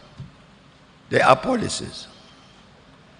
When we're talking about women's empowerment, gender equality, and all of that, they are policies. Issues of youth development, youth empowerment, and so on. Culture, education, science and technology, peace and security, all of these things.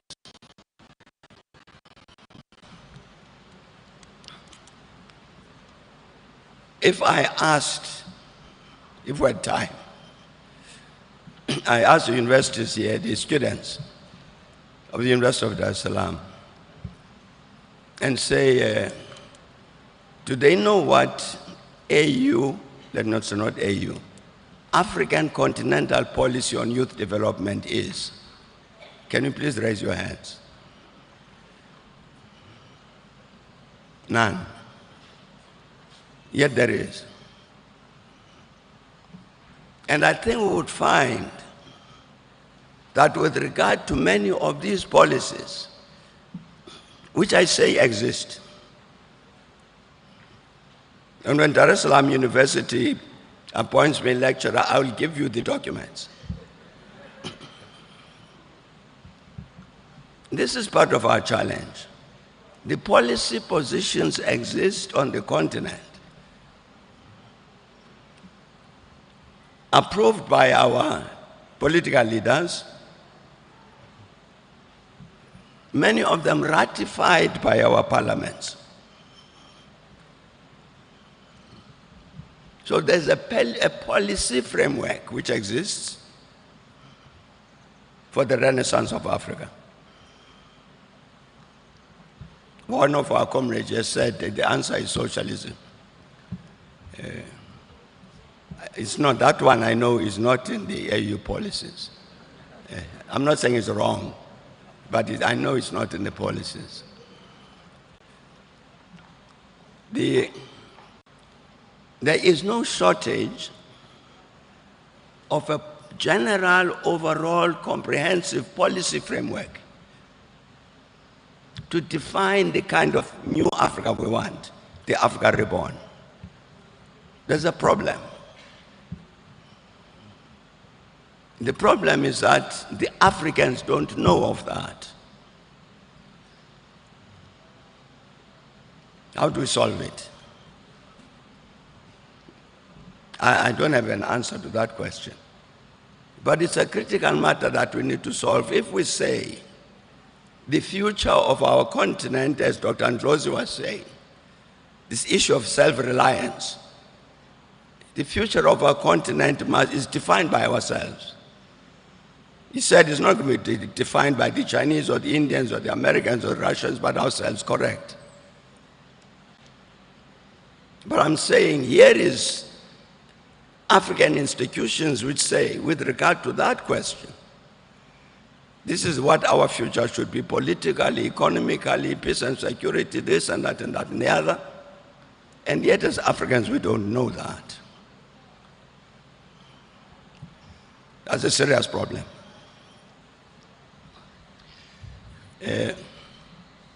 President Kikwete, other people, his age, my age, a bit younger perhaps, will also know that at a certain point in our history on the continent, we had a number of organizations focused on this task of the transformation of our continent. Some of our presenters have put this matter about agency. What's our role? These visions that we have about our continent, how do you bring them about?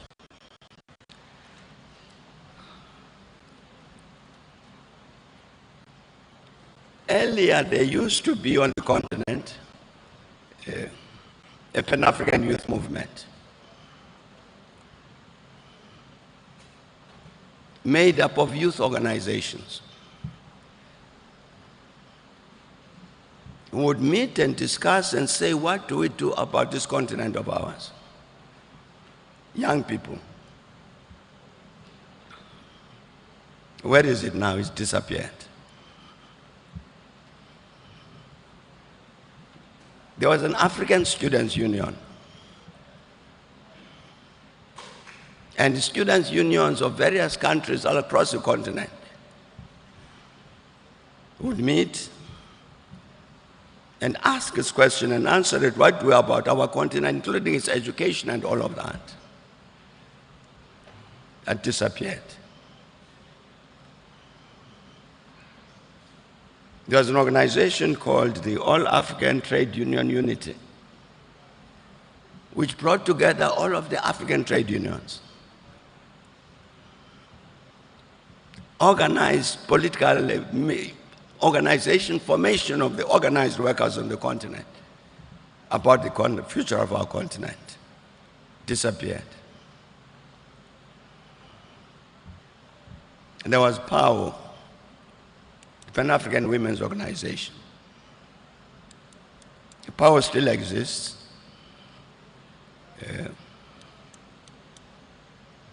I saw its president not long ago. She participated in the inauguration of the president of Namibia, was here earlier today. We didn't have time to discuss power. It exists, but you don't feel its weight. The voice of the African women, that's a body which brought together all of these African women's organizations,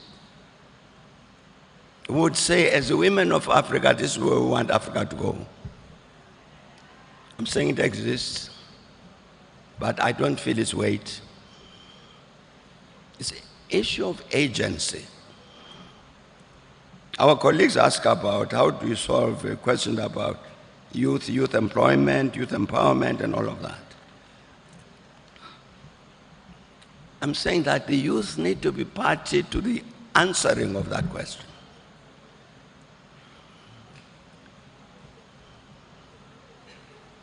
But they don't have the organizations on the continent which give them the necessary power as a youth to act together, to say, we as the youth of Africa, this is what we're saying. Whether it's employment or whatever.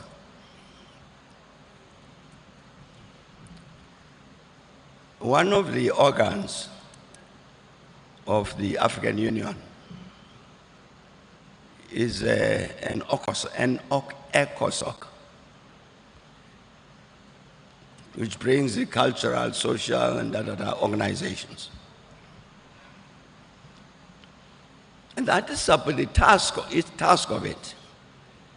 Well, composition of it is to bring in the ordinary African people into that process, represented by various organizations, economic, cultural, political, whatever. Would serve side by side with the governmental institutions of the African Union. But if I ask any one of you here to say, has it ever come to Tanzania, that ECOSOC? We are an official body of the African Union. We are not government, we are not ministers. But we're trade unionists, we're youth organizers, we're women organizers, and so on. But we're an official structure. Yeah. I'm sure it's never come here. I don't know if other African countries ever come to. Because essentially it exists on paper. What's the problem?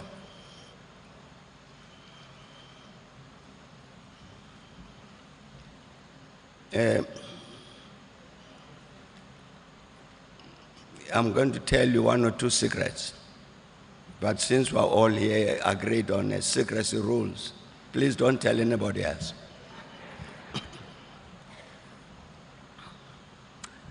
There were presidential elections in Cote d'Ivoire 4 years ago. The opposition parties got together and they contacted me to say, as you know, there are presidential elections in Cote d'Ivoire later in the year, but there are certain things that are not right. And so we'd like that the presidential election should be postponed so that we, the Ivorians, can sort out the things that are not right. And one of the things that they said was not right was the constitution, composition of the electoral commission. The matter had been taken up to the African people, the Court on Human and People's Rights, which had looked at the question about the composition of the Electoral Commission of Cote d'Ivoire and took a decision that that commission needed to be reconstituted because it was not in a fit state to conduct any election.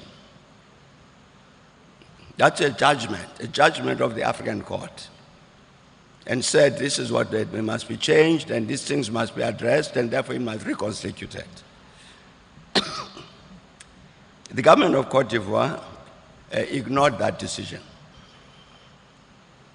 So the opposition, when they write to me, they say, part of what we want time for is for us as Ivorians to discuss a matter like that, to get the commission properly constituted to run the next elections and other matters.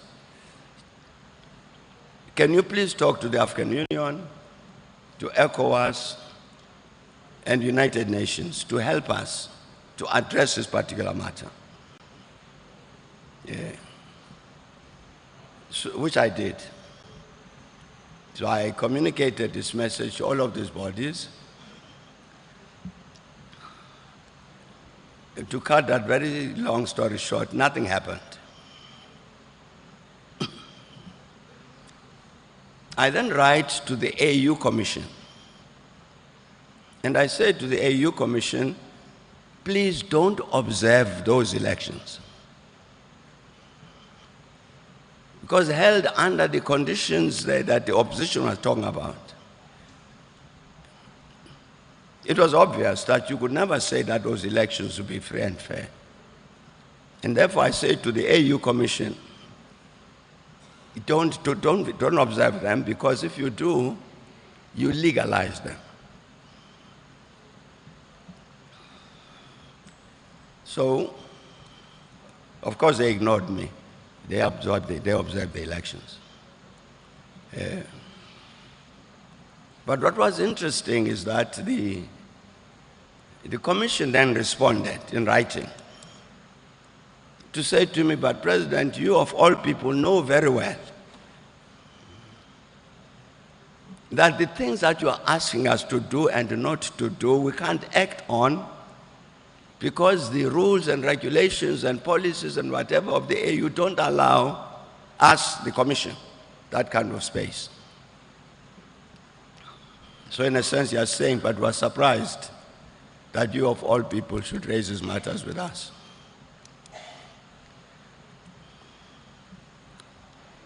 I'm about to finish that story. So I responded to the Commission. I was very glad that they had written in response to say, thanks for your letter, but you are wrong for the following reasons. So I wrote back to them. And my response was 10 pages. I can see it rumbling here. The letter was too long. People, that's what they think.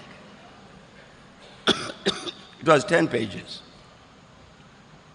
And the reason it was 10 pages is because I was answering the Commission.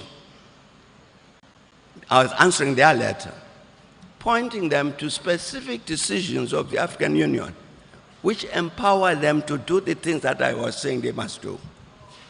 And they didn't know. They were not aware of these policy positions. For instance, the Charter on Democracy, President Kikwete would know this. Charter on Democracy, Elections, Governance, and so on.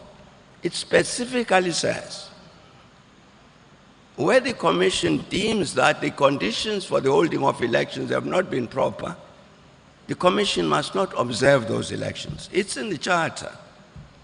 But the Commission didn't know that. That's why they went and observed those elections. The point I'm trying to make, so that's a secret between us. Then at a certain point, President Kikwete and the others, by this time I'm retired, so I'm not guilty. They take a good decision to restructure the African Union so that it becomes an effective instrument in terms of achieving all of these policy positions on which the Union has agreed. So the restructuring process takes place. And part of what is done, what drives the restructuring process is, let's reduce the size of the Commission. Commission is 10 people, AU Commission, including the chair. Let's trim it a bit, make it more efficient, cost-effective, and all of that. And part of what that reform did was to merge two commissions. The Commission on Political Affairs and the Commission on Peace and Security. The current situation now is that you have a commission of the African Union on politics, peace and security, or political affairs, peace and security.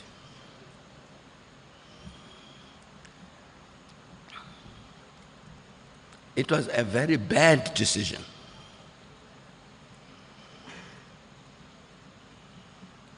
It might be cost effective in the sense that now you have only one commissioner instead of two. But the problem with it is that you are then killing what needs to be your lead commission, the Commission on Political Affairs. Simply because of the volume of work with regard to peace and security. The matter that were raised in our agenda here about peace and security, Pan-Africanism and all that, you know, it's a top-heavy matter on our continent. Conflict in the Sahel, conflict in Sudan, in the two Sudans, in the Horn of Africa, and in Great Lakes, and so on.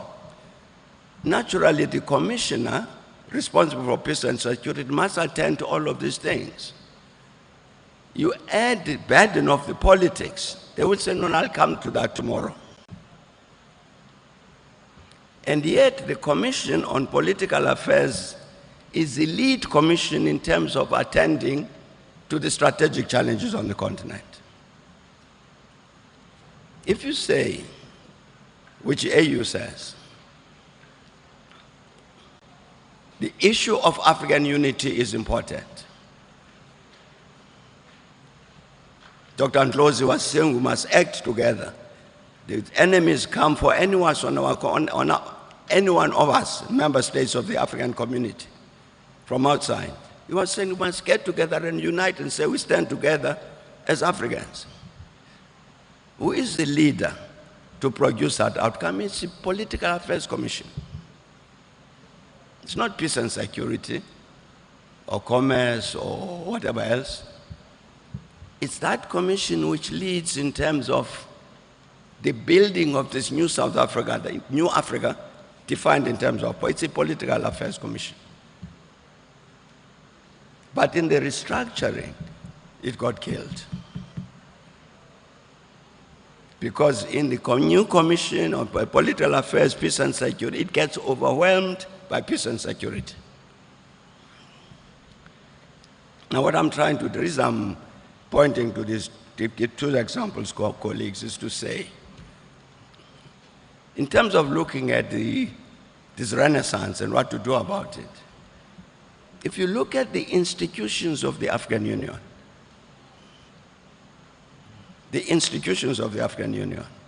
this continental organization which has given us a whole range of policy positions in terms of what is to be done. Who does it? This agency question has been raised. I'm saying we have an AU commission, which certainly for many years has not been doing what it should do. As a consequence of which, heads of state and government, they meet and they take very major policy positions. What happens after that? Nothing. Even in terms of a simple process of reporting, when I was president of the Republic of South Africa, as confessed, South Africans here might correct me, I don't remember a single instance when President Mbeki comes back from an AU summit and reports to the nation what the summit decided. I don't think we ever did it. So me and my delegation, we know what was decided. The country doesn't know. I'm saying that in looking at this question about reigniting the Renaissance, the question of agency becomes important. And the point that has been made is very correct. I think the phrase that was used was, we must take this notion of Pan-Africanism and so on back to the streets. That it got captured by the politicians and the bureaucrats. No, we must take it back to the people. That's correct. But I'm saying, if we say back to the people, what do we do about this history? We had African people's organizations that died. Who's going to resurrect them?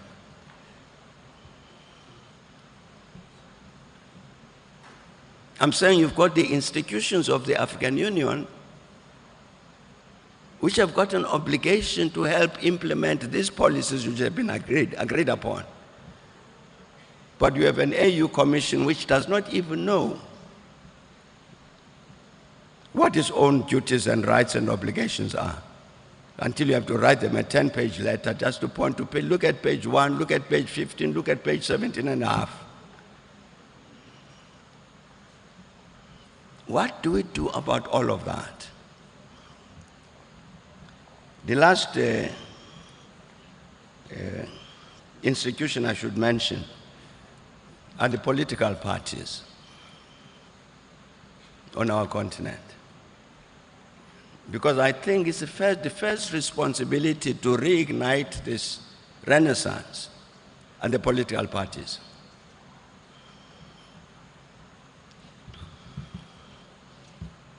If I look at the South African case, I'm talking about the ANC now, that's my organization. Over the years, the ANC has walked away from the African agenda. I mean, sit there, you can see it, that the engagement of the ANC with the African challenges over the years has weakened and weakened and weakened. People are preoccupied with what to do with South Africa and so on, which is sure you've got to be preoccupied with that. But you can't do it at the expense of the rest of the continent. Well, that's what's happening. I see Ambassador Amimpungwe here in front of me. I'm finished with that story, President Kikwete. Some years back, I was invited by the youth of CCM, to come here. And they had a retreat in Zanzibar.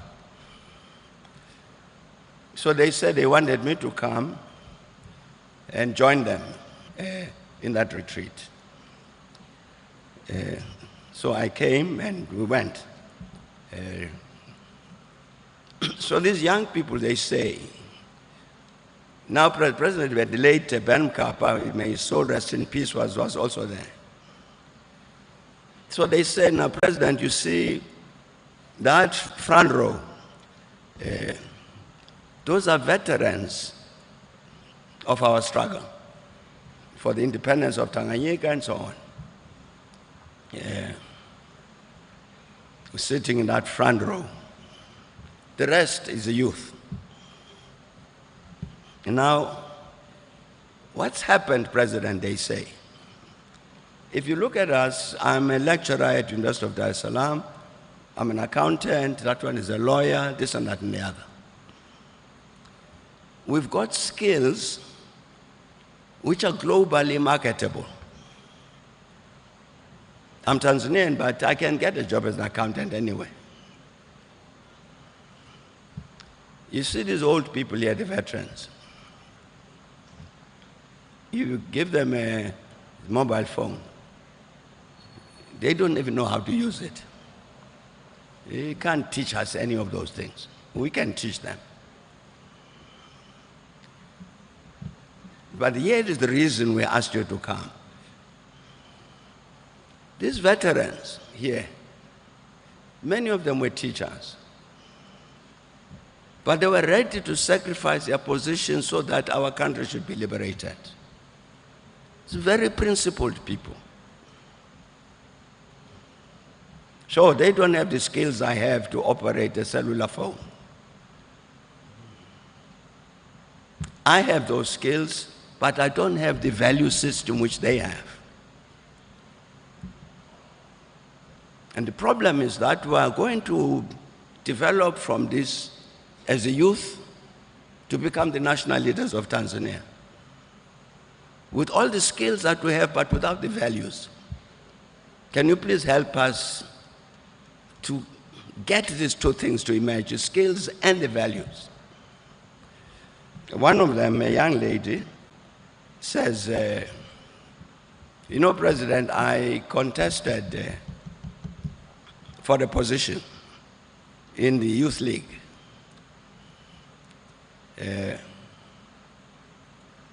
And I was defeated. But nevertheless, so as an official, secretary, or whatever, nevertheless, I was elected onto the executive.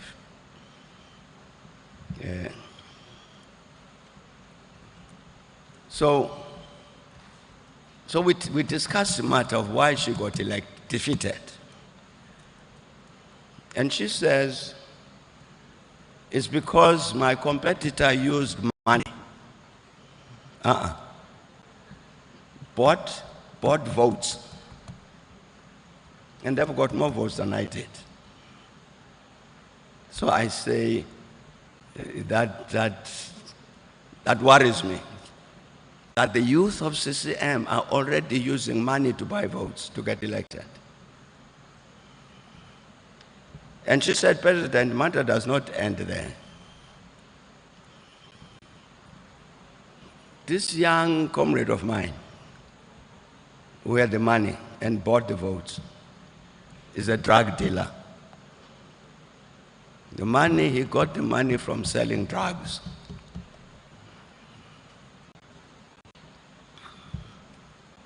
I'm ending with that story because I'm saying this reigniting of the African Renaissance, the first responsibility lies with our political parties on the continent, inspired by the spirit of Pan-Africanism and the sense of sacrifice which those veterans were sitting, those one who were meeting in Zanzibar. By that spirit of self-sacrifice being loyalty to principle and loyalty to this Pan-African perspective. We're talking about Mwalimu Julius Nyerere here. We need more Nyereres today. Our political parties need more Nyereres.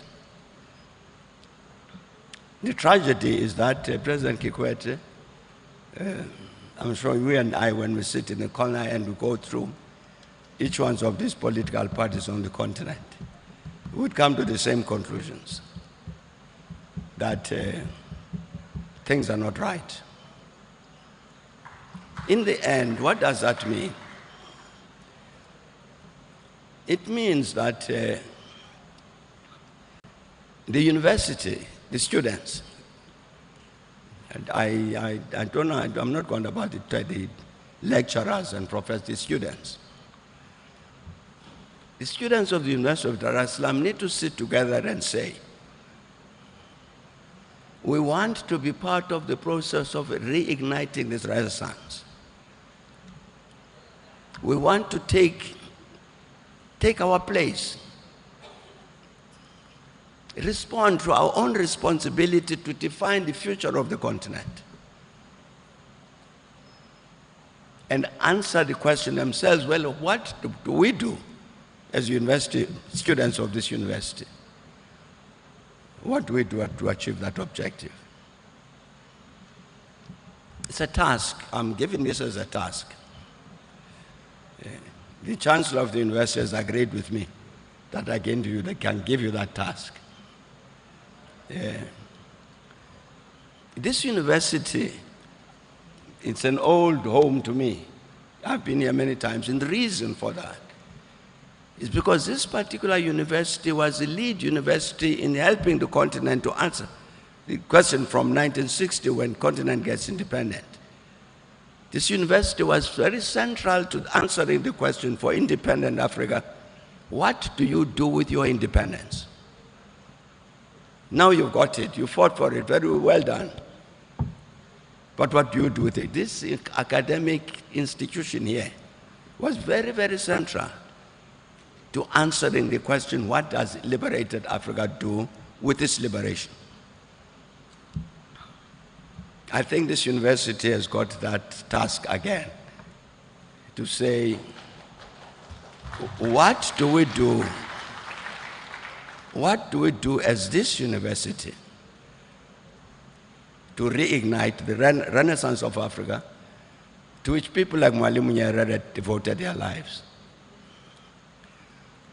And the CEO of the Thabo Mbeki Foundation has said to me that what I must say to you, the students, that please contact the foundation, his foundation, Thabo Mbeki Foundation, because they are starting the process of the reactivation of the African youth, including the students, to organize themselves on the continent and to focus on this task. So he says, please, he said, I must say that, please contact the foundation so that we can work together. Agency. Who are the people who are going to bring about these changes about which we're agreed? It's us. But in order to do that, we must be organized. Thanks a lot. Thanks for coming, and thanks for listening.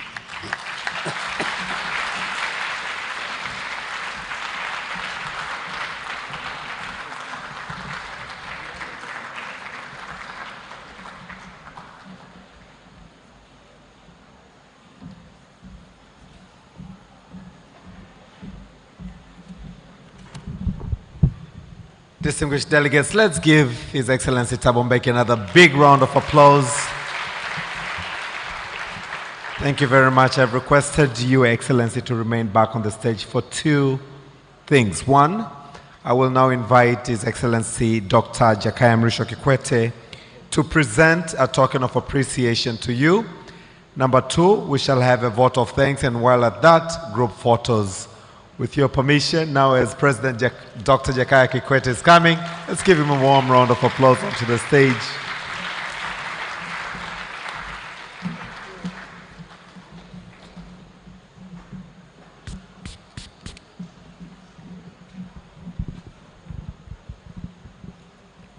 That was something.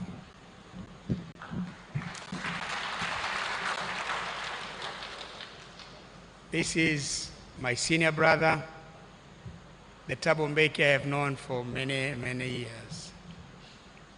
Well, he's a young adult now,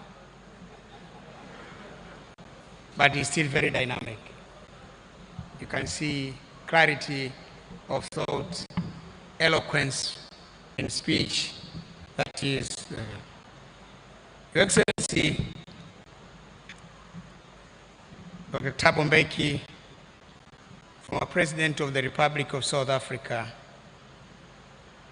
and our esteemed guest,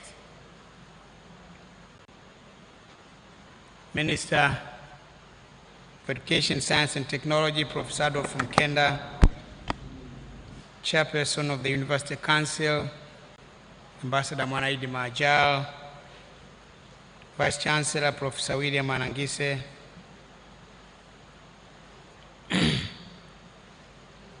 Acting High Commissioner of the South African Embassy,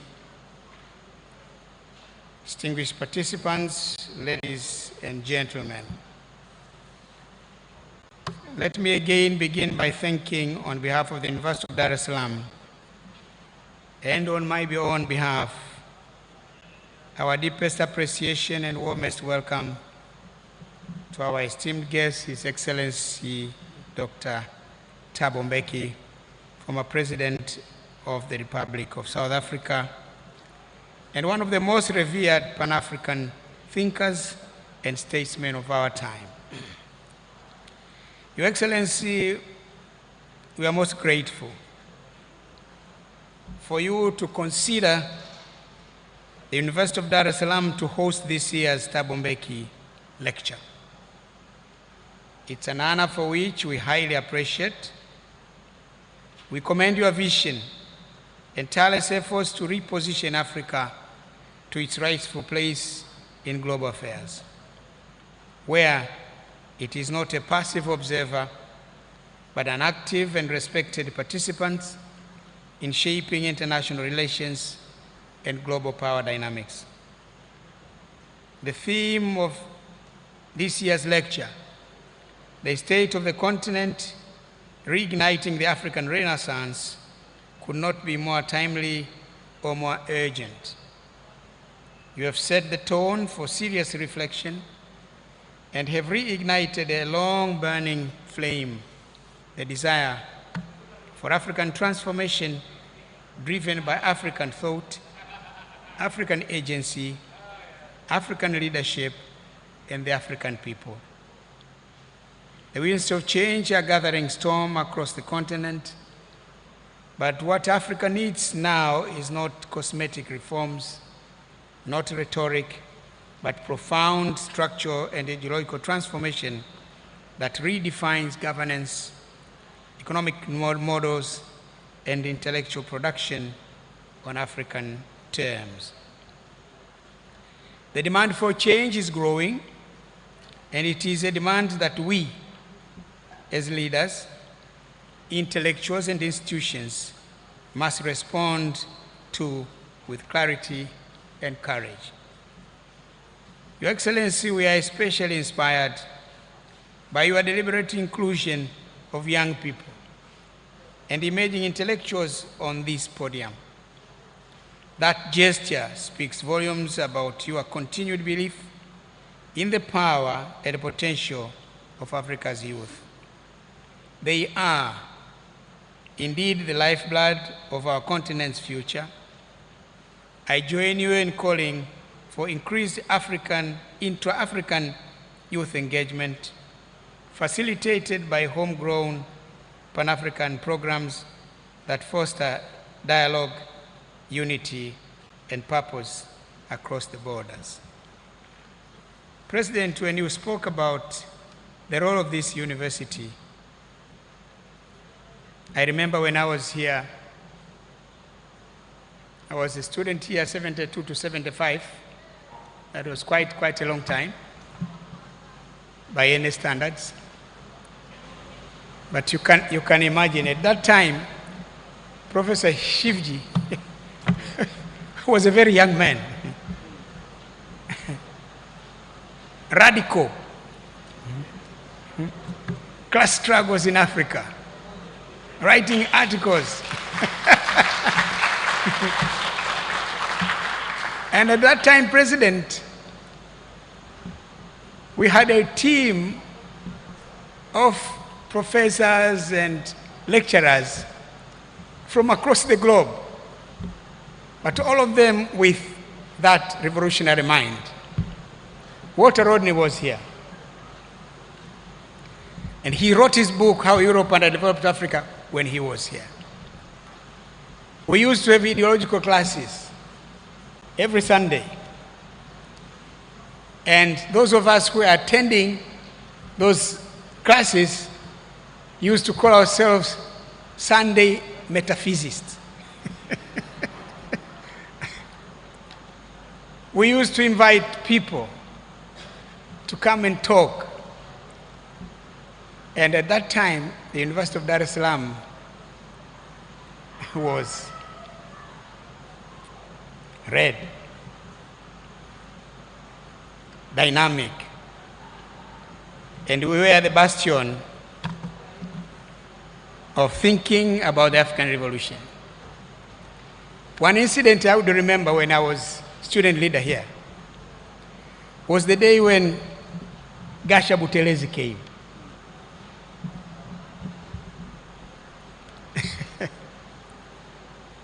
As you see these guys here, he made a brilliant speech. Everybody was quiet, very attentive. And then when it came question and answer session, I think this was 1973,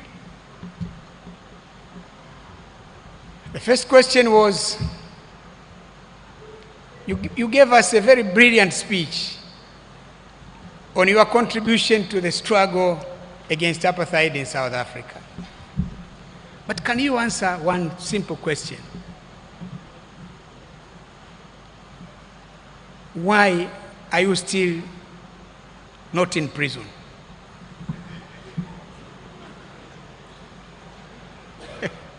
Nelson Mandela is in prison. Governor Mbeki, your dad, was in prison. That locally, Walter Sisulu and even. But why? And the other question that was asked, and the Boers have allowed you to travel and come to all the places but Tanzania. What the Boers at that time used to call Tanzania the bastion of terrorism in Africa. Then he says, "Oh, I came here, it is their own mistake." Okay, fine. The other question which irritated him was, what is your position on the armed struggle? Let's go so angry. He says, where are the guns? Then, you know, in those days when we had problems with anybody we don't want here, would simply start, go home, go home, go home, go home.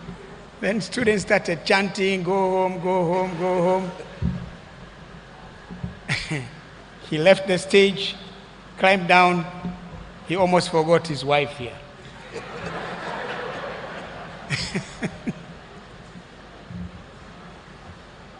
In those days, we used to be quite active. The other incident I will tell you was when Sir Alec Douglas Hume came. He was the Foreign Secretary of the United Kingdom. And at that time, the British were playing games with the question of the independence of Zimbabwe. So some people told us that he's coming. I was a student leader. What we did was to organize buses.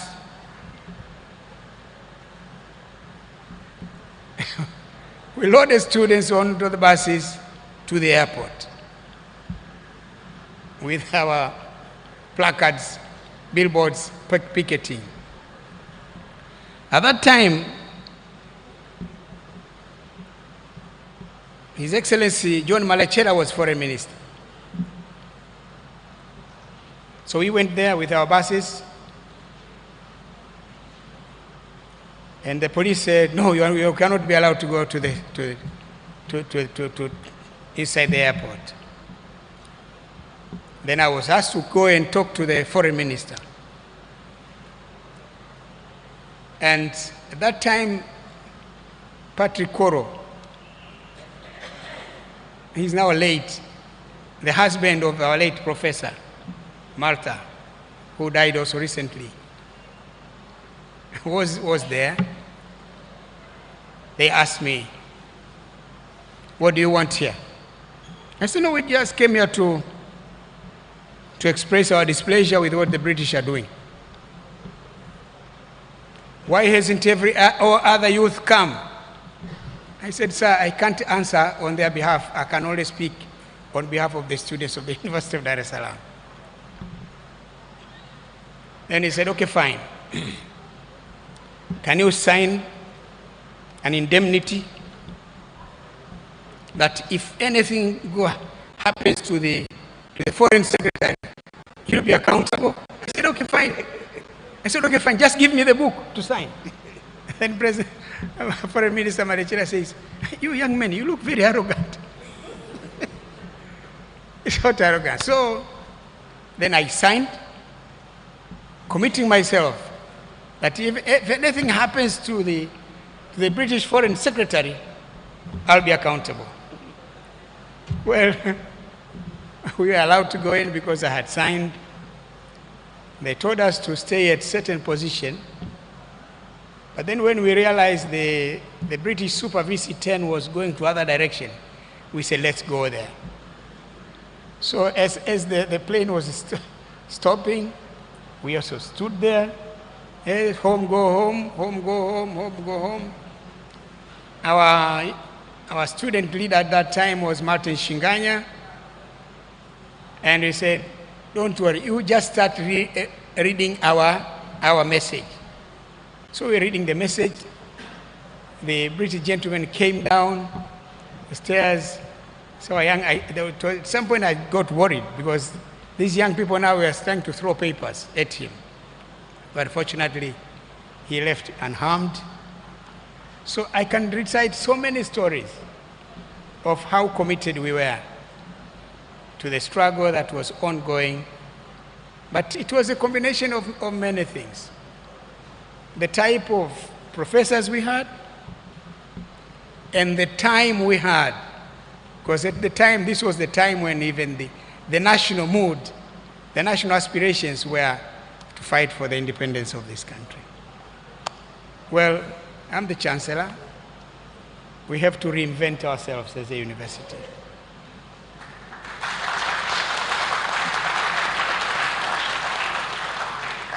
What is it that is going to be our agenda? What is it that we are going to pursue? I think that's a message. You left it with us, leave it with us, we sit down with everyone. And as long as Professor Shivji is now a Professor Emeritus, they're still there nurturing the people. Penina is still there.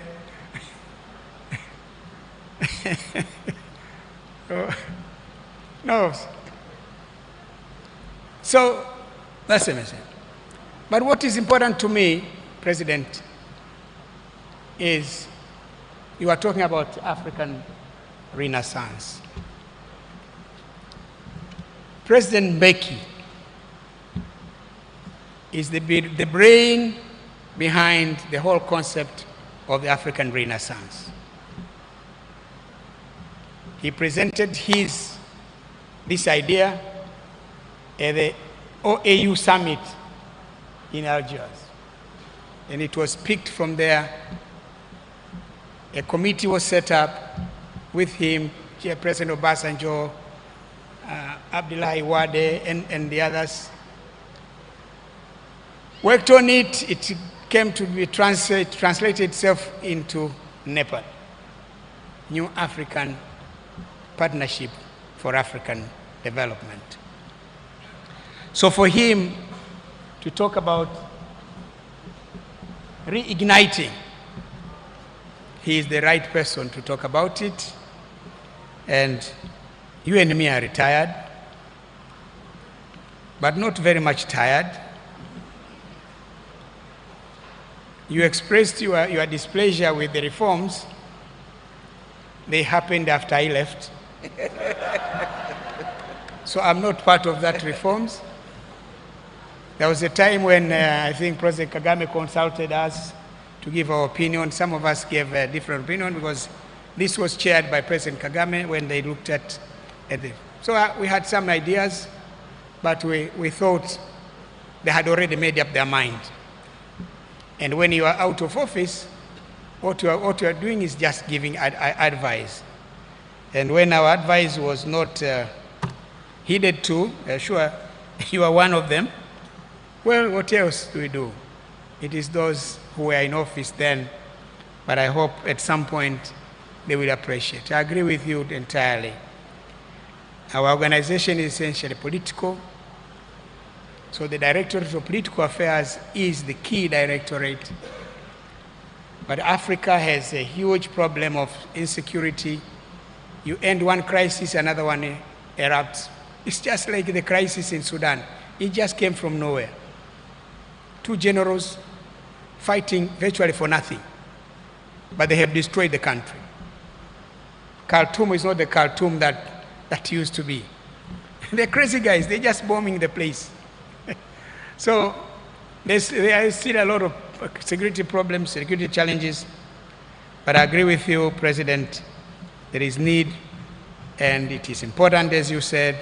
Our universities also should take interest about what is going on the continent and what is it that they can advise. So we feel glad that you chose our university, but you are not surprised. You are one of our alumnus here, yes, and you are one of the people that this university offered a PhD, honorary PhD to you. So we're glad that you are giving back to your university, as some of us are also giving back to the university that gave us the education that we are having now. Well, in that spirit and further expression of our esteem, it is now my privilege to present to you the academic shower. What is it now? Mbona mnakaa mbali? Jamani, hata hawajulikani walipo. Okay.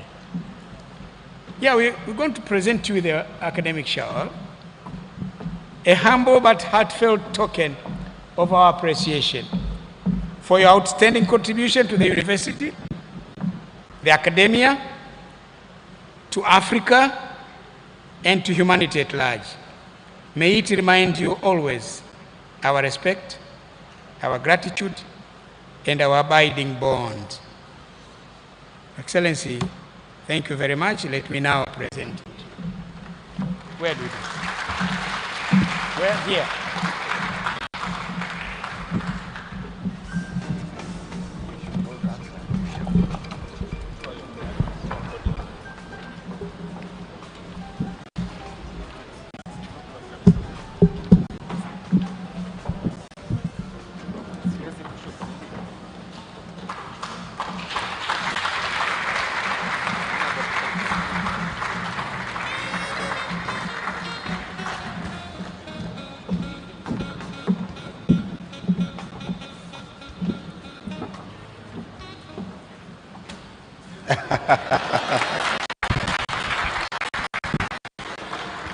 A big round of applause.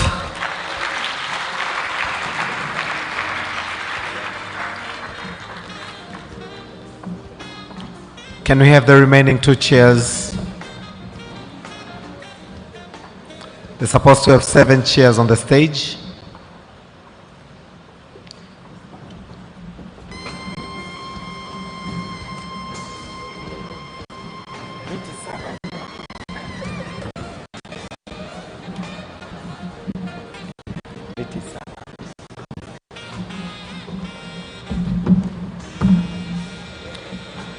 Can we please be seated as I request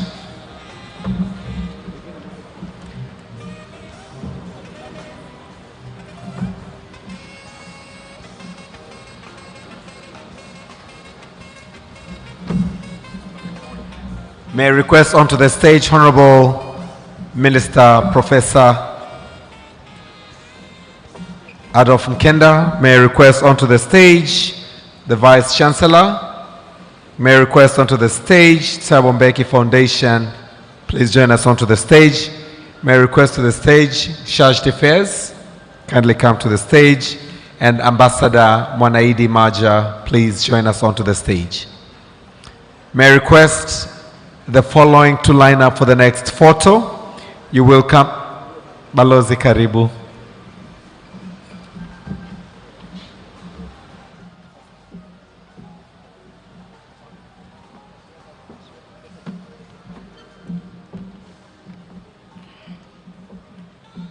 May May I request the following to be on the line for the next session, which will comprise collaborators and partners: UNISA representative, Uongozi Institute, Nyerere Foundation, Uncle Gold Ashanti, and University of Dar es Salaam. You will kindly come and line up at the back of the high table. Kindly join us. UNISA, Uongozi Institute, Singo, Karibu. You will come through where I'm standing and exit through the left-hand side. Mwalimu Nyerere Foundation, Anglo Gold Ashanti, and UDSM.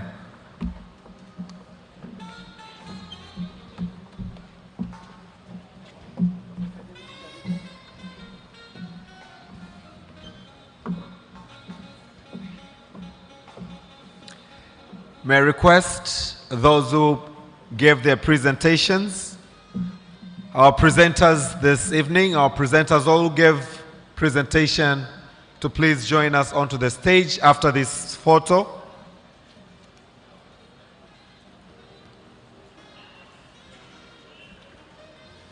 You will come through where I am and exit through the left-hand side. May I request to exit through your left-hand side. Thank you very much. Can I bring another set?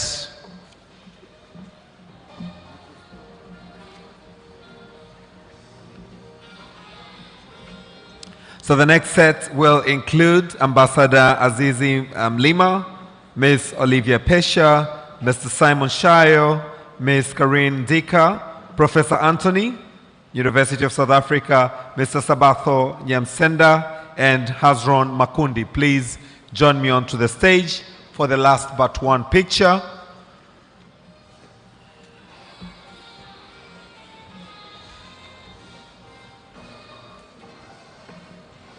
And the final picture, which will be of students representing the rest of all of us: Hassan Faraja, Moses Kazimoto, Raicho, Mwaka Jubili, Sabi Isaac, Anna Joel, Jess Kampanda, Kevin James Kimola, Donatilla Frederick, Maria Felix, and Amos Mshingi. Please join us onto the stage. The students representative that I've just called, please come quickly onto the stage for the final photo session.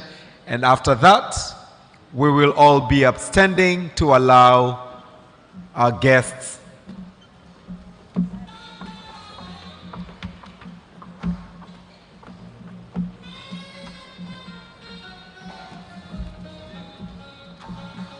So this will not be the last photo, but the last photo will comprise of Professor Shivji, Balozi Amimpungwe, the professors that are present in the room. Professor Nema, please join us onto the stage for the final photo. Professor Shivji, we exit through the left-hand side, kindly. Thank you so much. Any professor present in the room, please join us onto the final photo. Penina, please join us on the stage. Penina, kindly join us onto the stage.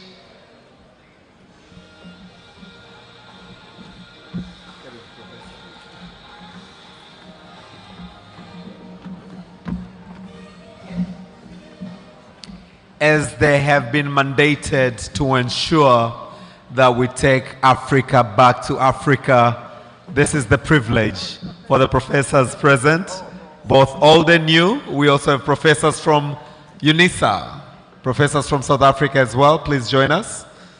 They have gotten onto the stage. Professor Shivji. Ladies and gentlemen, some of us are walking onto the dreams that they had. Can we give them a big round of applause?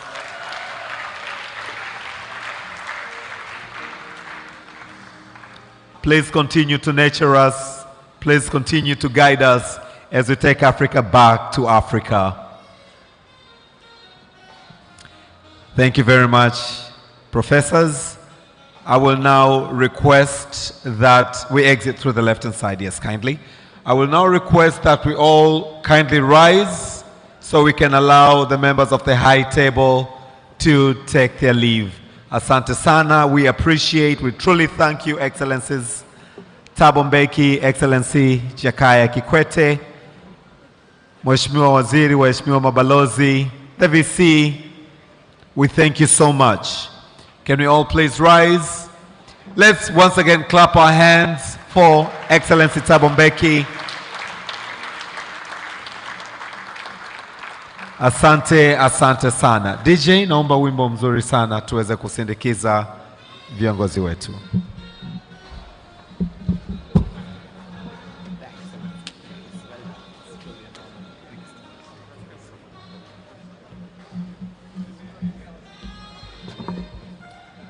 As they come down the stage, let's continue to clap our hands in appreciation of their dedication and commitment to reigniting the African Renaissance, the state of the continent.